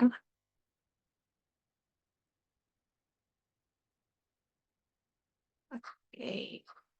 Nah, ini ya. Sudah bisa teman-teman? Oke, sekarang mungkin kita bisa lanjut dengan sesi tanya jawab. Silahkan, monggo, sok, mangga. Teman-teman mau nanya apa nih ke Mbak Ina atau nanya ke saya boleh? Silakan. Kalau ada, ini ada yang raise hand, Mbak Ina. Sambil nunggu mungkin ya, silakan teman-teman bisa chat juga di chat box. Kita sambil dengerin, Mbak Ina boleh langsung open mic aja ya, Mbak Ina? Boleh. Halo, selamat sore Mas Rizal. Karizar. Mau tanya apa nih? Kepencet. Oh, iya. Oke. Oh, ada dari Kak Faris. Oke. Wait. Oke. Sorry ya, ini jadi miring nih di chat. Oh, nggak bisa Mm-mm. unmute sebentar. Saya bantu unmute ya. Jadi Karizar ya nggak jadi open Tadi mic. Kak Faris. Oke, kalau nggak jadi ada yang open mic, kita langsung aja baca yang pertanyaan di chat box mungkin, Mbak Ina. Oke, boleh Mbak, aku tolong dibantu. Oh, Karena sebentar, aku balik dulu ke oke. tempat ke. Nah, ini yang punya Mbak Ina. Oke.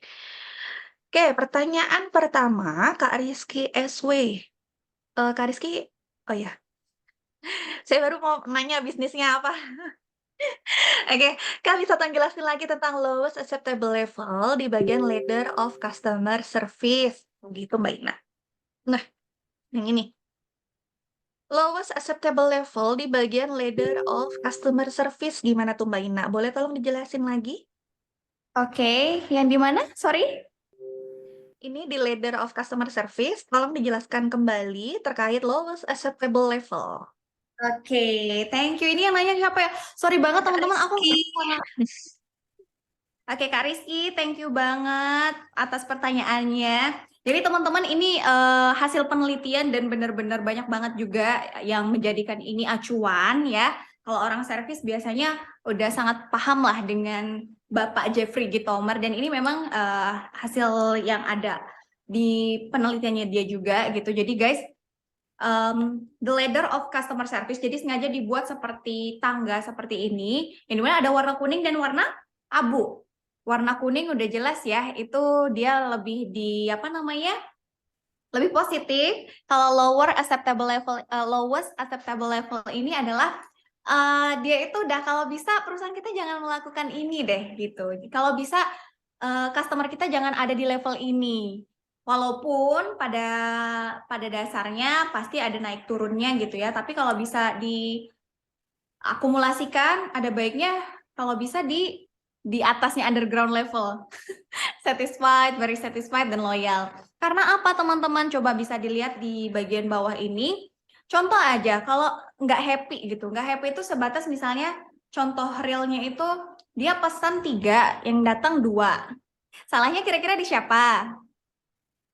Pasti kita. Even mungkin kita sebagai seorang, kan aku nggak ada sangkut pautnya Mbak Ina sama packing. Itu mah anak packing. Tetap aja itu merujuk ke brandnya kita secara internal.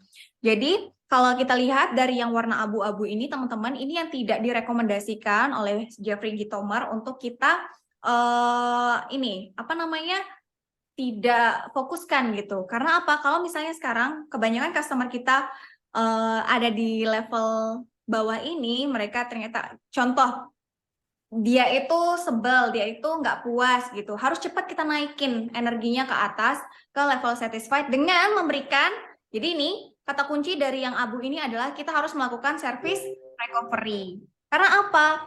Bisa lihat di skemanya di sini ya, Tails itu dia ngasih tahu ke orang itu berapa banyak. Terus kalau reverse itu dia mereferalkan atau merekomendasikan, dan buys again itu udah jelas itu repeat order. Nah, seperti itu. Jadi, yang abu ini adalah sebenarnya cuma pembagian aja sih. Ibarat kata kalau kita udah berhasil sama belum berhasil. Nah, jadi aku pengen teman-teman mulai punya spirit atau semangat untuk gimana bisa membawa customernya itu sampai di level yang kuning ya. Karena kalau level kuning pun baru di satisfied, ternyata mereka bisa jadi ngasih tahu tuh ke orang lain kalau produk kita bagus, tapi ya kalau kita minta tolong gitu loh. Jadi nggak yang auto gitu. Sebenarnya ini cuma pembagiannya aja. Gitu ya. Tadi ada pertanyaan lagi atau mungkin ada yang mau menambahkan? Ini Karizar masih nggak bisa unmute ya. Aduh, gimana ini? Saya sudah klik Ask to Ya udah, unmute, nggak mau. Oke, Farizar kita lanjut dulu ya. Mhm. Mohon maaf, ini tiba-tiba saya mati lampu, jadi off dulu kameranya. Ya ampun, ada-ada Oke, aja. selanjutnya. Haruskah dari Kak Faris nih, haruskah kita sebagai owner membangun personal branding dulu agar customer loyal atau menggunakan brand perusahaan aja supaya bisa membangun customer loyal? Itu yang Oke, pertama. Mau dijawab satu-satu atau mau langsung ditanyakan semua, Mbak Ina?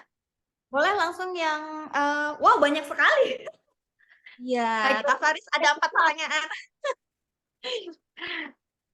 bagaimana cara menghubungi kembali customer kita, nomor WA-nya dan Iya, tidak sudah tidak aktif. Yang ketiga, kenapa teman yang sudah kerap dan kenal kita banget malah nggak jadi loyal customer, Mbak? Kebanyakan nggak beli. Yang keempat, bagaimana agar semua indikator customer experience didapatkan oleh pelanggan? Atau kita ambil beberapa aja indikatornya supaya terpenuhi. Oke, pertanyaannya bagus nih. Oke, thank you, thank you. Oke, Kak Faris, thank you banget. Aku berasa kayak lagi pendadaran. Banyak banget pertanyaannya. Semoga bisa kejawab semua, tapi kalaupun misalnya nanti waktu kita sangat terbatas, silakan catch up aku secara personal. Bisa lewat LinkedIn juga, atau aku lebih aktif di Instagram, ya. Jadi pertama, personal branding. Better mana nih kalau untuk, apa namanya, biar customer kita lebih trust, terus juga nanti bisa menjadi loyal. Oke, kalau aku boleh sarankan, ketika misalnya sebenarnya suka-suka aja ya teman-teman. Karena gini, kalau misalnya itu brandingnya kuatnya dari personal, biasanya alasan untuk membeli produknya itu bukan karena pure ke produk biasanya nih, tapi karena mungkin entah kasusnya personality dari business owner-nya viral, dan ini sekarang lagi jadi sensitif banget ya, jadi kayaknya sih ada baiknya tetap kita kalau mau sustain bisnisnya itu ada baiknya ke ranahnya itu ke yang sifatnya produk aja atau brandnya langsung. Karena kalau brand itu insya Allah yang bisa dapat manfaatnya juga semua elemen bisnisnya kita kayak gitu. Kalaupun misalnya gini-gini, aku juga ngelihat dari background teman-teman business owner yang sekarang juga menjadi klien ataupun jadi teman bertukar pikiranku, rata-rata malah mereka tidak melakukan personal branding. Aku juga bingung kan, dan aku sempat mempertanyakan itu. Even ada juga salah satu sekarang yang menjadi partner aku juga, salah seorang venture capital, dia orang Singapura asli gitu, mempercayakan juga untuk kerja sama-sama aku, dan aku lihat ternyata ada fasenya personal branding itu dibutuhkan. Tapi kenapa dia bisa membutuhkan, dia jadi pengen shifting ke personal branding? Karena dia udah sebegitu banyaknya dikenal orang. Dia jadi kayak better itu natural aja. Sorry ya, sebentar ya. Iya, Mbak. Mungkin Kak Rizar bisa tanyakan di kolom chat ya. Oke. Atau mungkin sambil nunggu, eh buku H2H ini akan dikirimkan. Tadi teman-teman udah langsung pada chat ke nomor WA API Pancake Indonesia belum ya?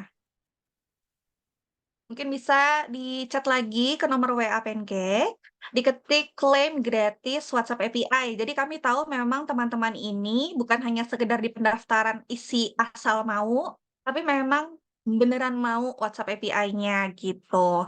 Ini untuk bukunya yang pertama, saya mau apresiasi. Mbak Ina, mau dari sekarang boleh? Sambil nunggu mungkin? Boleh, tolong ya Mbak. Oke, untuk yang ya, bukunya ini diberikan kepada Kak Faris. Yeay, selamat Kak Faris. Untuk Kak Rizar, masih nggak bisa? Kalau masih nggak bisa, mungkin pertanyaannya boleh ditaruh di chat box lagi ya. Oke, Oke, terus tadi apa nih yang dapat buku? Kak Faris baru satu. Nanti yang satunya lagi kita umumkan setelah jawab-jawab lagi. Oke, thank you banget Mbak Anggi, teman-teman thank you banget. Kita lanjut ya. Jadi aku lebih menyarankan better gedein dulu brandnya. Sambil kalau mau berjalan beriringan nggak apa-apa, tapi aku melihat ada timingnya nanti personal branding dari owner itu kebentuk atas dasar keberhasilan branding dari brandnya sendiri atau mereknya. Terus yang kedua, gimana cara follow up WA yang nggak aktif gitu. Sebenarnya ini tricky juga ya kalau orang udah nggak aktif, terus juga kita memang nggak pernah melakukan treatment sebelumnya, akan agak susah sih Kak Faris.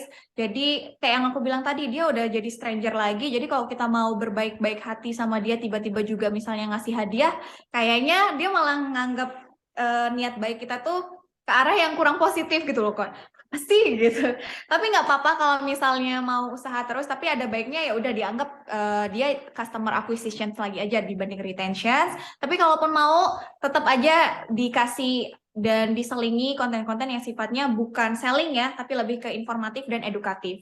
Nanti kapan-kapan kalau ada kesempatan bisa kita ngebahas tentang strategi treatment kali ya, karena menurut aku ini penting banget teman-teman juga tahu. Misalnya udah punya banyak customer, punya banyak database, punya orang-orang yang mau di treatment tapi nggak tahu materi, itu juga menurutku bisa menjauhkan kita dengan pelanggan. Jadi nanti ada bagian-bagiannya, kapan harus informatif, kapan harus kasih hadiah atau apresiasi gitu. Itu harus bisa kita plotting secara bukan merata sih, ada porsinya masing-masing seperti itu.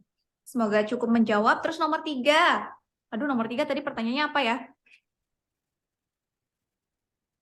Sorry, bentar aku cek Nomor dulu. 3, Tolong dibantu, Mbak. kenapa teman yang sudah akrab dan kenal kita banget malah nggak jadi loyal customer? Kebanyakan malah nggak beli.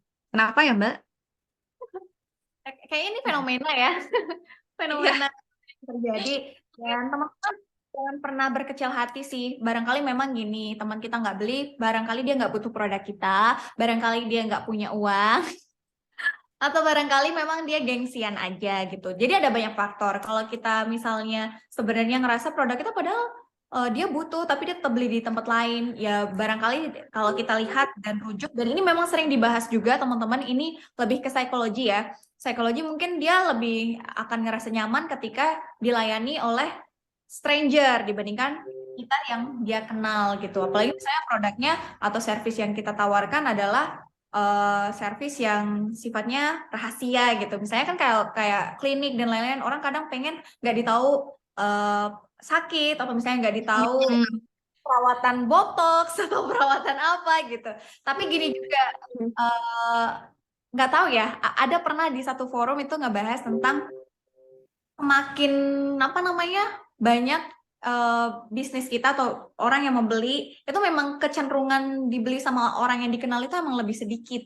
Karena gini, faktor buying atau kemampuan orang untuk membeli itu kan juga sebenarnya ada yang menganggap itu privacy ya, karena bersangkutan ke status ekonomi sosial dan lain-lain. Karena kan sekarang SES itu atau status ekonomi sosial itu bisa dilihat dari jumlah spending juga gitu. Kadang mereka nggak mau ketahuan aja, atau mungkin dia minta tolong orang yang beli dan lain-lain. Kalau kasusnya di status ekonomi sosial A, tapi kalau yang di bawahnya A, bisa jadi karena gengsi aja sih. Itu benar-benar udah pernah dibahas di forum.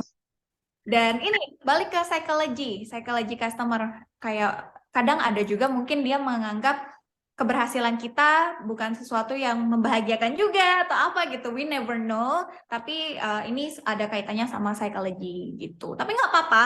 Kan kalau misalnya produk kita memang menjawab kebutuhan pasar atau ada unsur problem solvingnya, menurut aku akan baik-baik aja tanpa adanya pertemanan sih.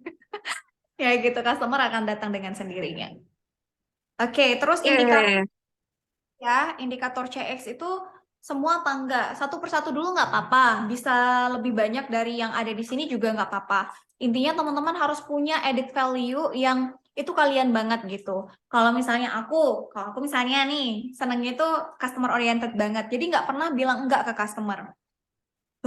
Tapi Mbak Ina kalau kita nanti rugi gimana? Maksudnya gini, kita menempatkan customer itu selalu di posisi yang penting, bahkan lebih penting dari bos kalau kata beberapa ahli. Karena apa?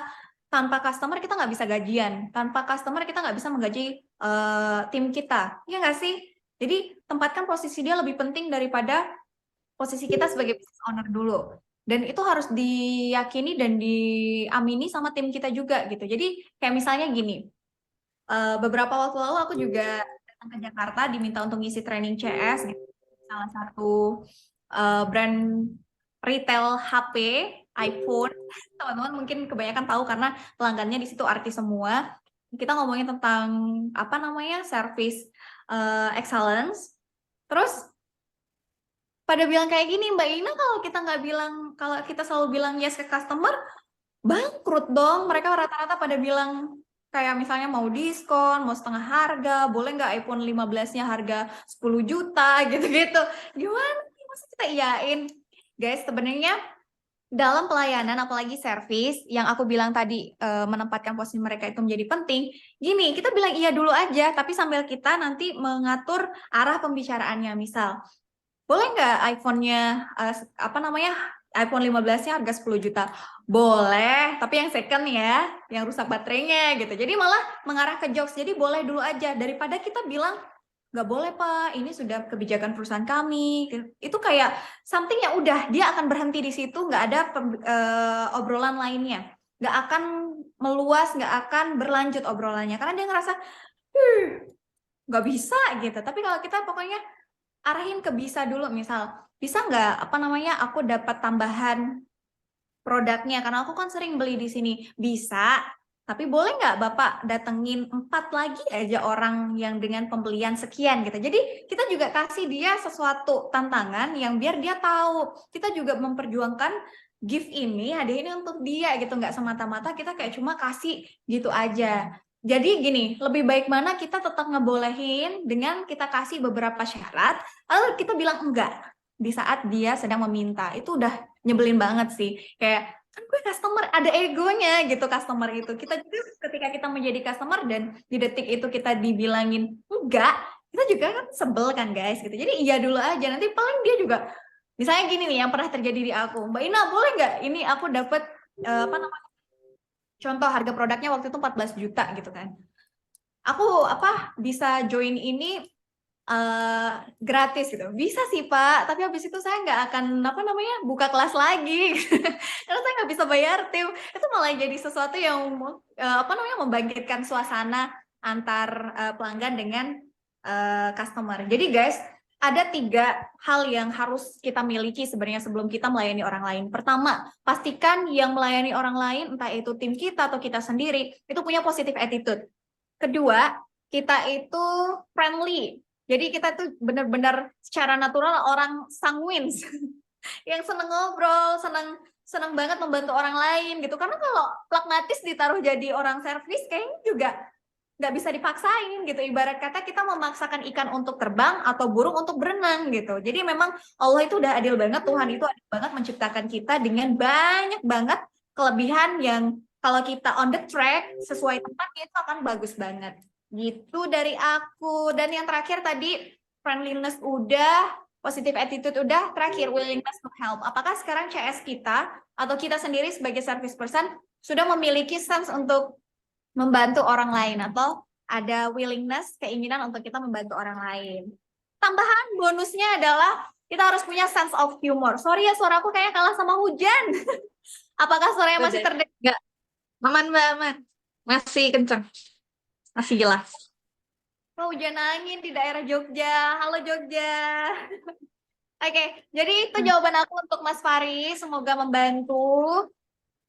In case misalnya nanti ada yang pengen didiskusikan, catch up bareng aku aja langsung secara personal, boleh. Karena ini udah jamnya, apakah masih ada waktu atau ini kita sudah cukupkan? Boleh Mbak Ina. Mungkin kita nanti akhiri 5.15 ya. Soalnya tadi mulainya juga udah agak telat. Oke, selanjutnya mau yang tadi Kak Rizar raise hand dulu atau yang lain dulu? Ada 2 pertanyaan kalau Kak Rizar.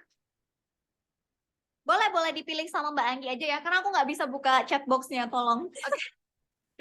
Oke, baik. Yang pertama, apakah untuk bisnis UKM bisa menggunakan customer experience? Karena bisnis kita kuliner dan skalanya masih kecil. Pertanyaan keduanya, indikator customer experience point helpfulness kadang sudah sangat proaktif, tapi respon customer adem ayem. Gimana cara untuk memaksimalkannya? Oke, 2 pertanyaan itu Mbak Ina.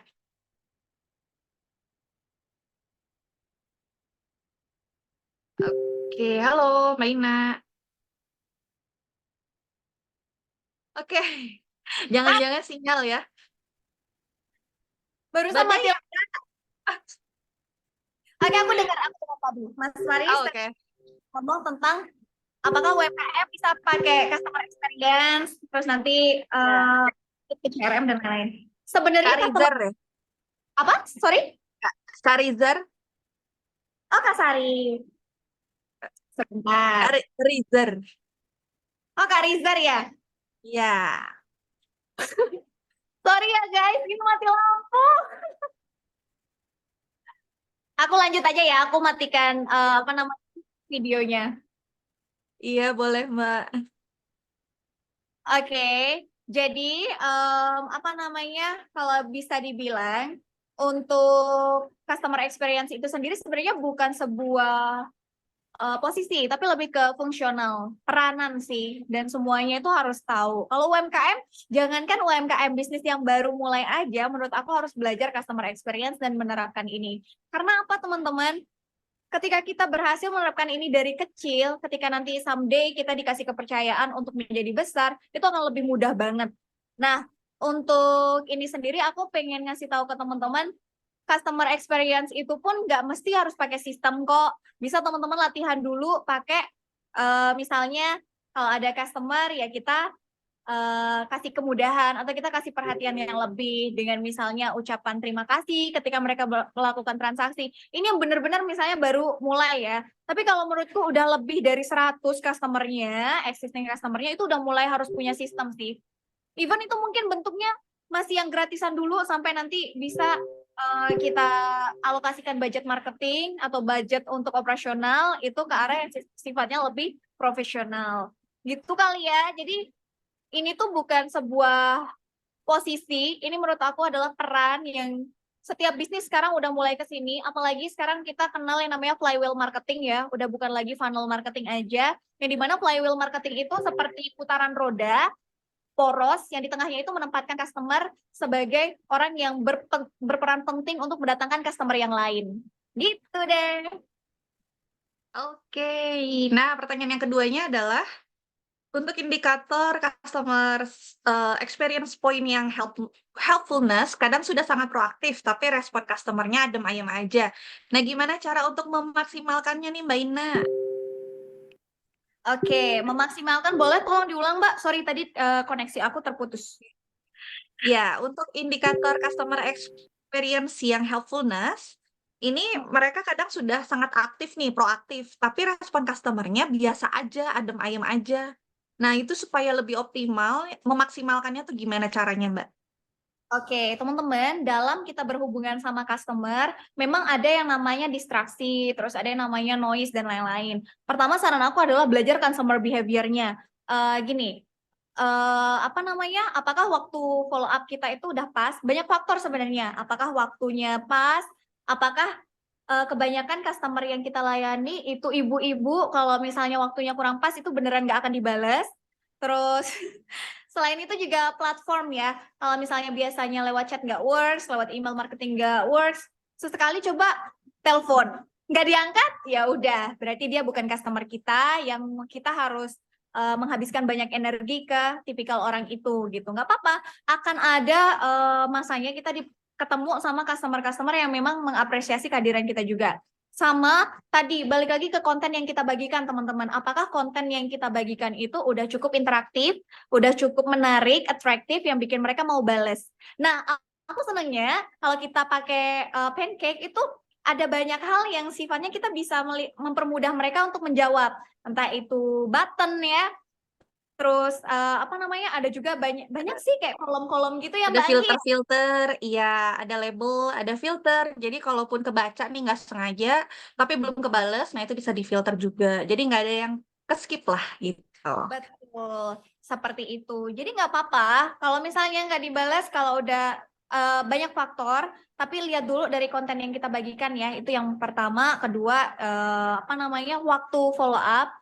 Karena teknik follow up yang baik itu juga sebenarnya gini, closing apa nggak closing itu harusnya itu setelah kita melakukan minimal 8 kali interaksi. Jadi wajar mereka masih cuekin kita karena dia belum cukup kenal sama kita. Tapi tadi kalau dia udah merasa kita temennya, teman-teman, nggak mungkin dia nggak akan balas. Nah, pertanyaannya apakah sekarang kita sudah Allahu cukup Akbar. kenal dengan customer kita? Iya, serem banget hujannya. Ya Allah, alhamdulillah, terima kasih atas rezeki hujan hari ini. Oke, Gimana? itu sih dari aku Mbak Anggi. Mungkin Mbak Anggi mau nambahin Oke. kali ya.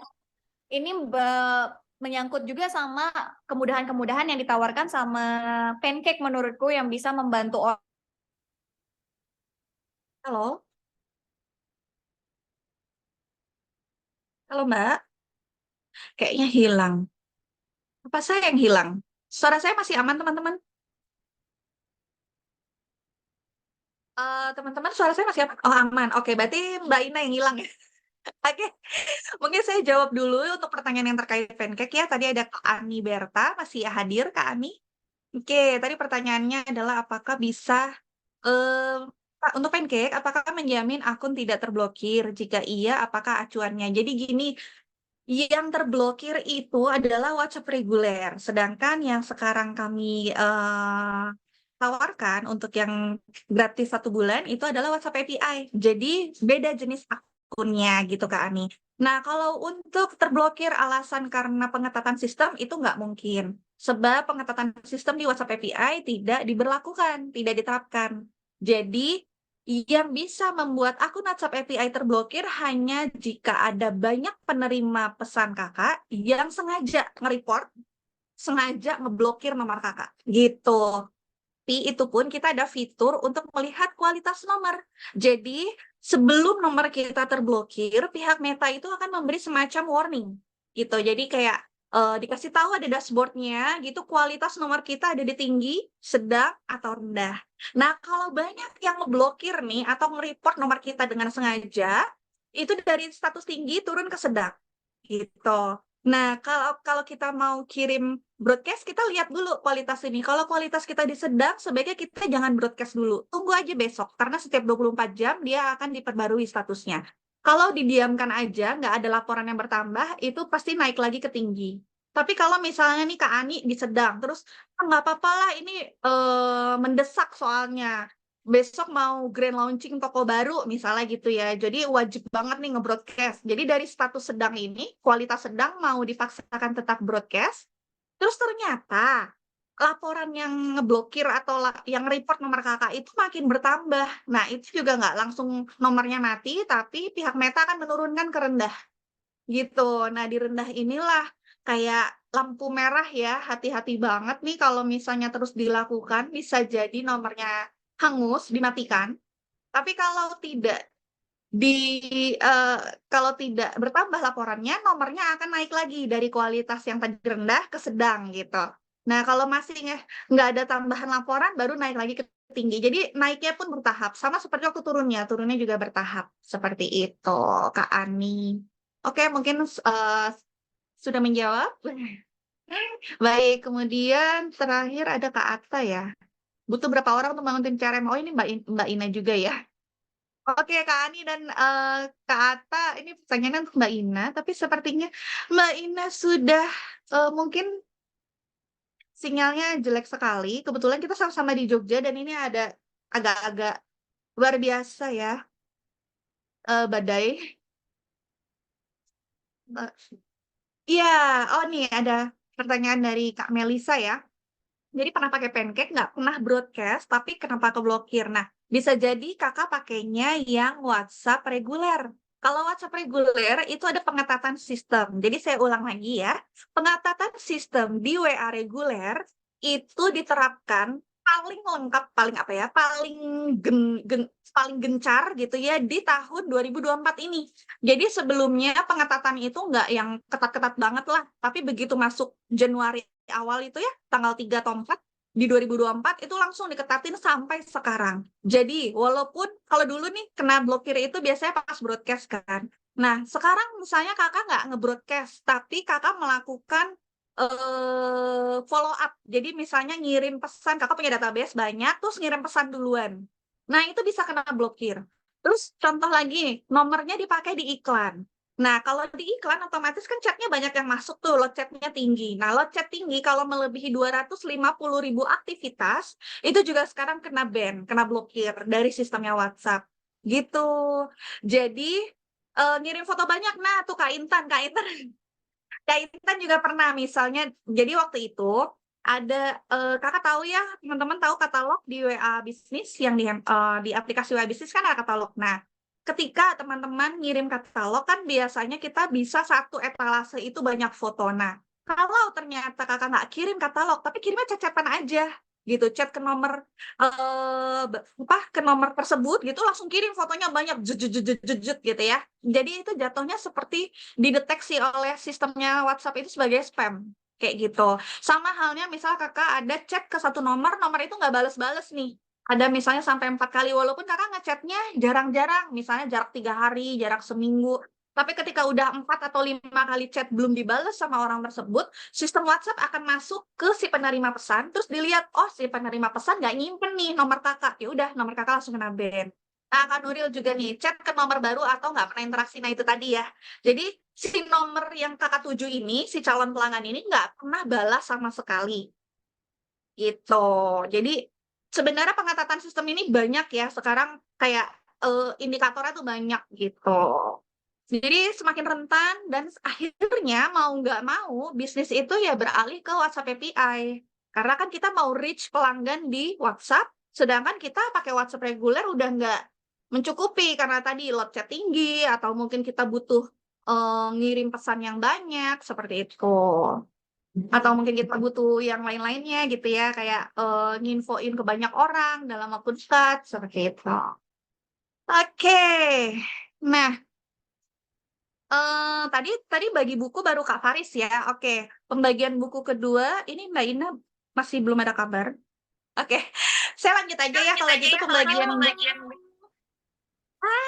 Ina sudah masuk. Boleh Mbak Halo Mbak dilanjutkan. Ina. Teman beneran kondisinya di sini banget. Ini aku Oke. udah ganti. Alhamdulillah, udah bisa. Oke, alhamdulillah. Jadi ini cuma tinggal satu aja pertanyaan dari Kak Ani.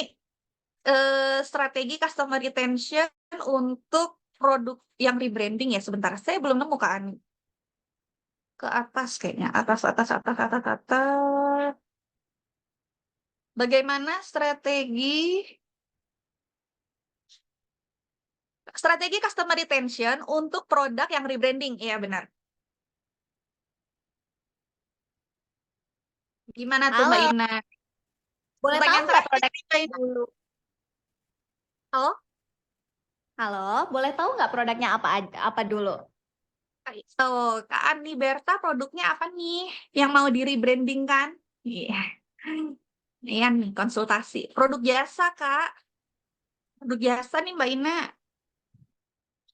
Asik. Oke, kalau produk jasa sebenarnya gini, kalau jasa itu lebih dibanyakin ke testimoni ya, karena orang kan kadang nggak bisa langsung apa ya, atau trial kayak gitu. Jadi customer experience yang bisa disajikan melalui customer retention itu adalah pertama kita ngasih beberapa banyak banget kayak misalnya nyebarin product knowledge ataupun misalnya service after sales itu harus dikencengin sih Kak kalau service, karena aku juga orang service kan yang apa jasa dari dulu kayaknya aku jasa produk tuh aku baru-baru di 2 tahun ini main di apa namanya bisnis yang itu sifatnya produk. Dan kalau kita ngomongin tentang jasa sebenarnya rebranding pun tetap aja untuk mendapatkan trust-nya customer, balik lagi ke funnel marketing tadi, berarti kan mereka harus aware lagi kalau ini produk kita itu baru aja ganti apa namanya brand.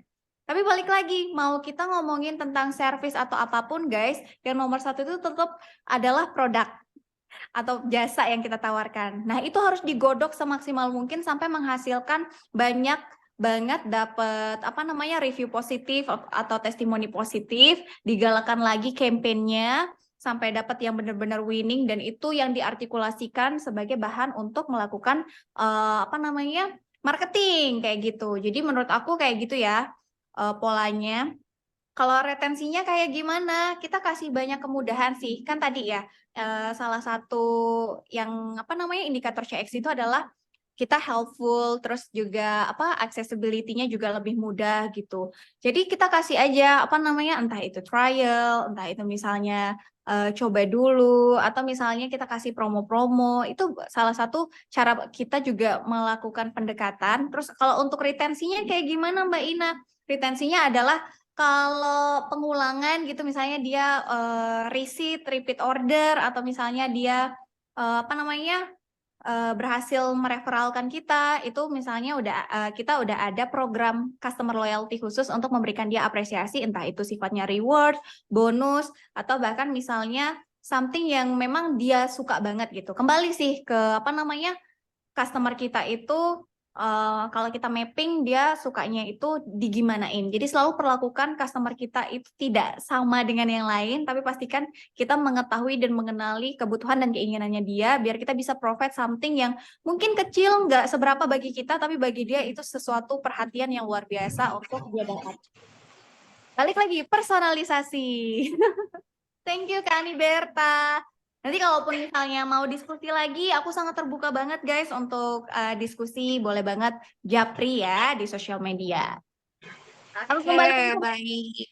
Terima kasih banyak Mbak Ina. Oke teman-teman, terima kasih banyak atas waktunya. Jangan lupa chat ke WA Pancake Indonesia, ketik klaim gratis WA API gitu ya. Kirim pesannya gitu aja, klaim gratis WA API. Jadi tim CS, wah agak serem ya. Kaget aku.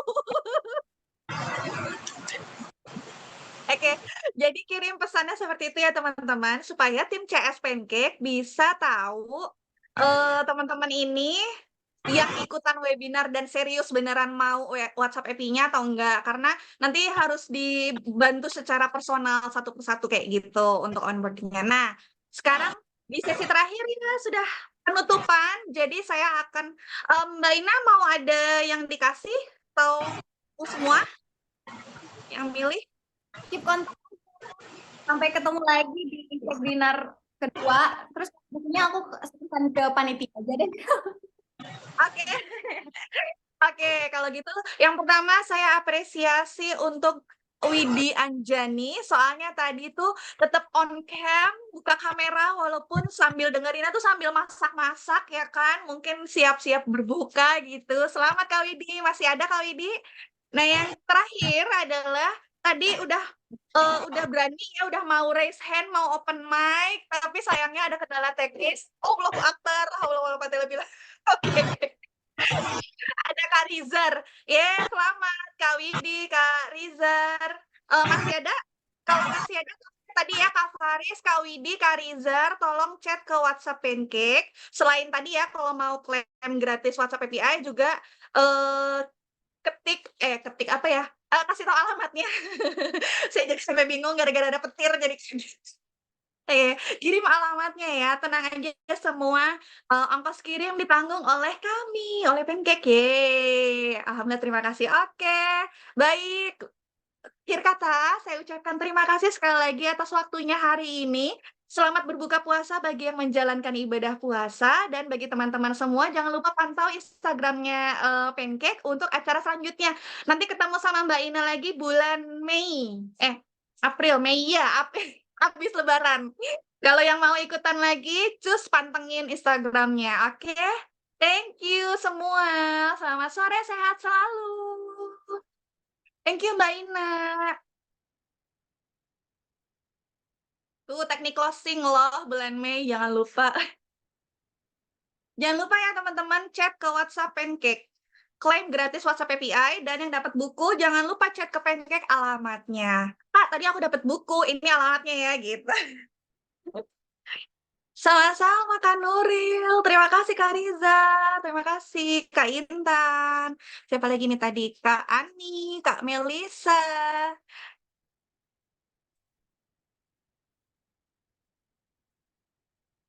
Kode chatnya, oh iya kode chatnya klaim gratis gitu. Klaim gratis WA API ya. Dadah Kak Faris. Klaim gratis WA API. Oke. Terima kasih, selamat sore.